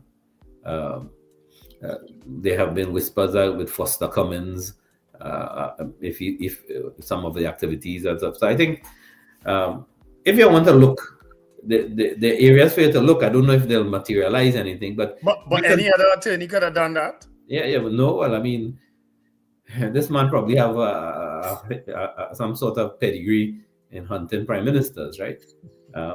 But this sort of lawfare that seems to emerge on the global stage of one party leaving office and the next party hunting them down. Both UNC and PNM guilty have to come to an end at some point in time. I don't know what benefit. I mean, and you see it in the States being played out in a big way. Letitia James in New York going after Trump, and now this week it turned out that the same thing she was accusing Trump of, she was very guilty of it, doing the same thing with mortgages and stuff, and it's a tit for tat right through. But I mean, I think it would benefit the country well is they come into office and they start working for the people rather than trying to hunt down their enemies in the courts and engage in lawfare. Are you hopeful or optimistic? Because you've been in the politics for a while, and you would know Kamla Bissessa's style more intimately than others because you would have been there. Are you hopeful that this second term will be more beneficial in terms of how she runs the country? That'll be more productive? No, it'll be worse. Let me tell you something. 10 years ago, she was 10 years younger, 10 years stronger. And she could not attend a 10 o'clock cabinet meeting on a regular basis. Most of the time, she used to show up late. And when she did show up, let's just say she wasn't her total self. Trying to be as diplomatic as possible there. So now you're 10 years older. Can you attend a meeting? And I spoke to a reporter yesterday, and they said they called for a morning program for her to attend. And her handler's response was, listen, you come down Philippines to 4 o'clock in the evening, we'll record it and play it back in the morning like if it live.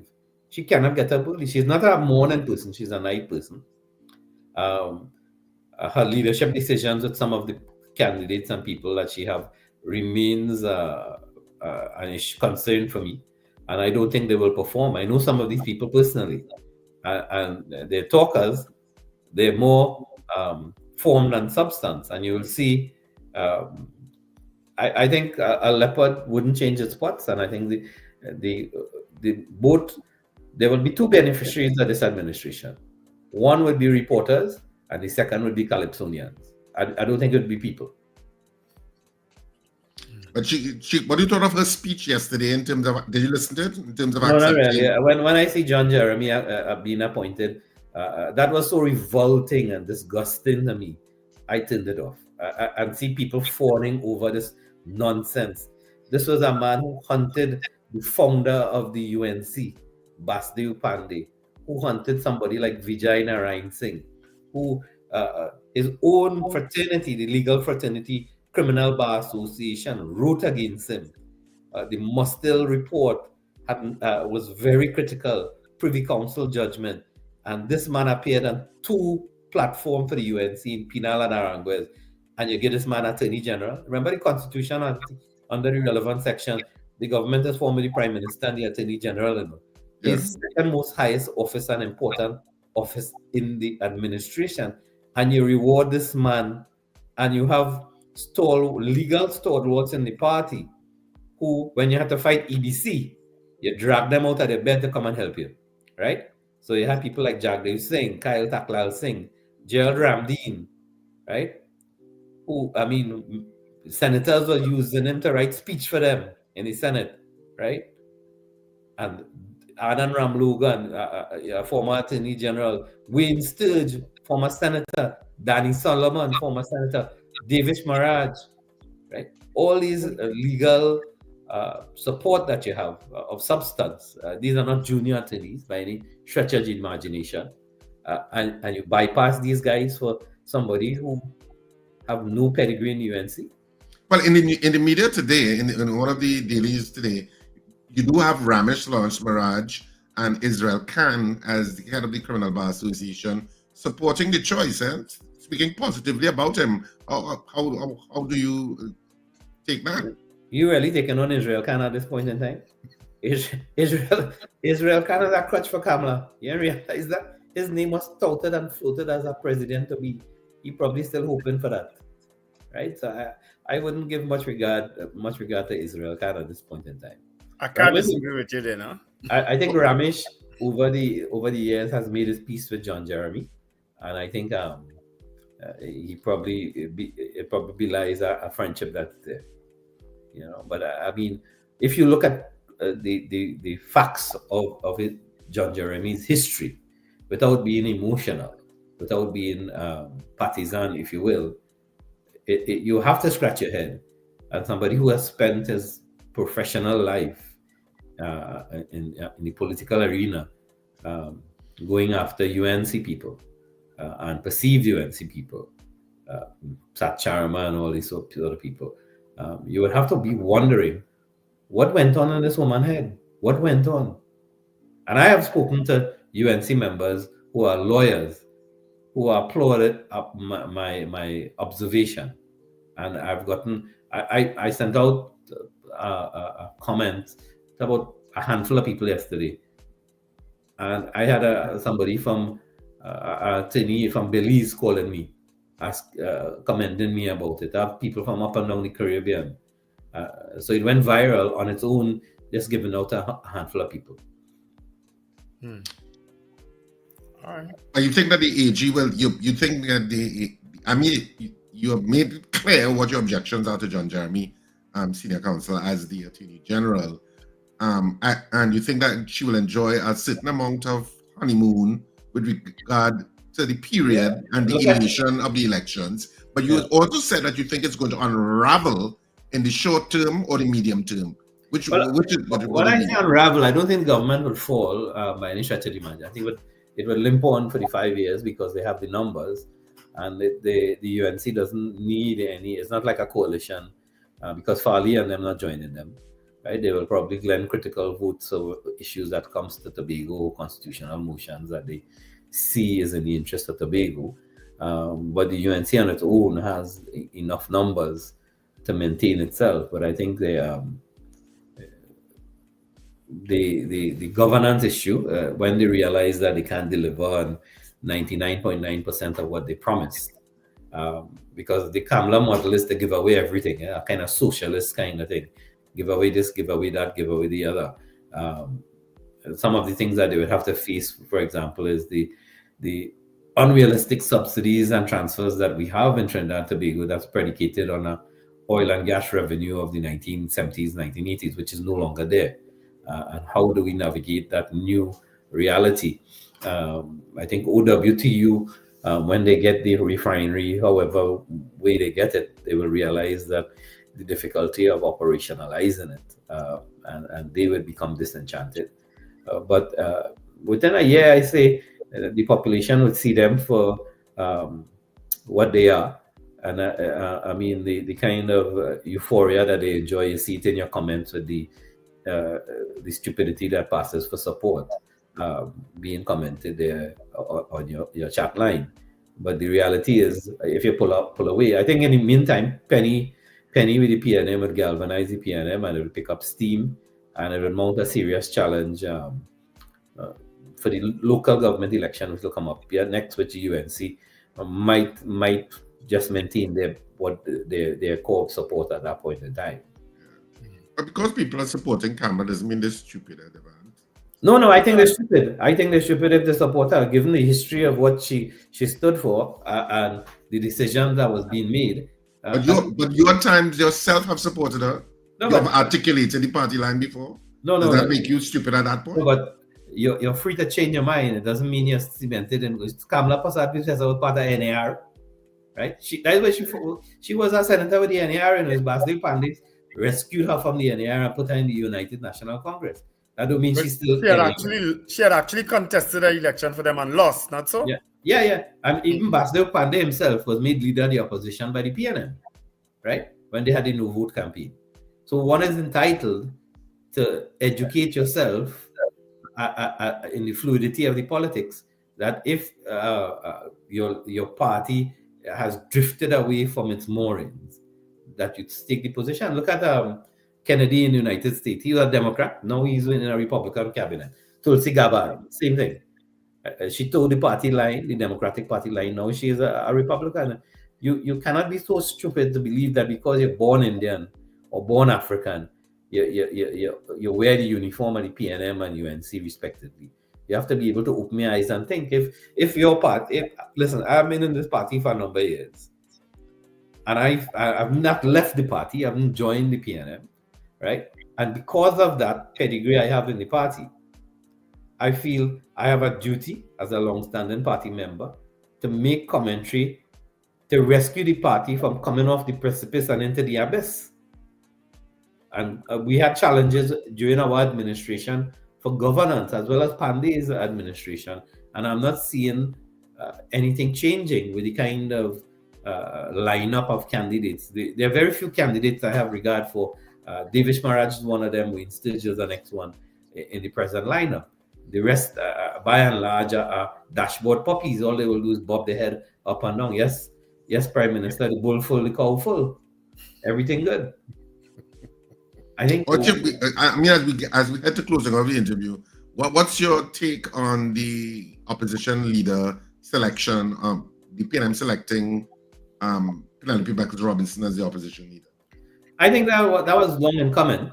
Long in coming. I mean, Penny, I think, has a lot of support, national support at that, cross-ethnic support. I think she's a hard MP, a hard-working MP from Arima. Richard, both you and I from Arima, and we know she's a very visible, hard-working person. So I think that the rebuilding of the PNM began last night with the selection of Penny Beckles. All right. That's a good point of sharing it. So thanks so much, Dr. Devant Maharaj, for speaking with us. We appreciate you taking the time. Right. Of course, that was Dr. Devant Maharaj joining us. And well, typical Devant, he doesn't hold back. He had real people upset on the chat, but that's the Devant. I mean, that's the Devant we all know, you know? Yeah. So he has, he has strong opinions on how he sees the politics, and to me, how he sees the UNC and where the UNC is going. So of course we're going to get all of these perspectives and all of these views as the country moves forward, because we need to discuss all the different points of views on the breakfast show. Of course, it is Friday, so put a smile on your face and remember to like and subscribe. And before we go, of course, we do have some messages.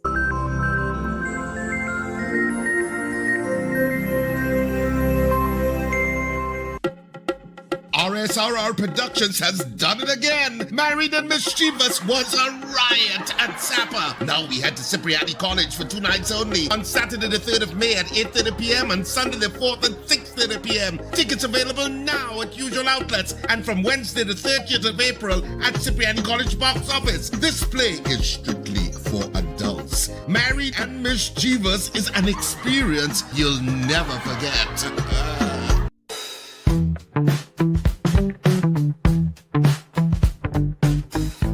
S&H Rumbox, 137 Western Main Road, St. James, for all your retail and wholesale needs for alcohol and non-alcoholic beverages. Call us at 686-0599 or visit us at 137 Western Main Road, St. James. S&H Rumbox, drinking out of the box. Advertise with us on New Era TT Radio, the fastest growing streaming platform for talk in Trinidad and Tobago. Audio and video ads welcome. Elevate your brand with us. Connect with us at newerattradio@yahoo.com or call us at 299-5156. Now what are you waiting for?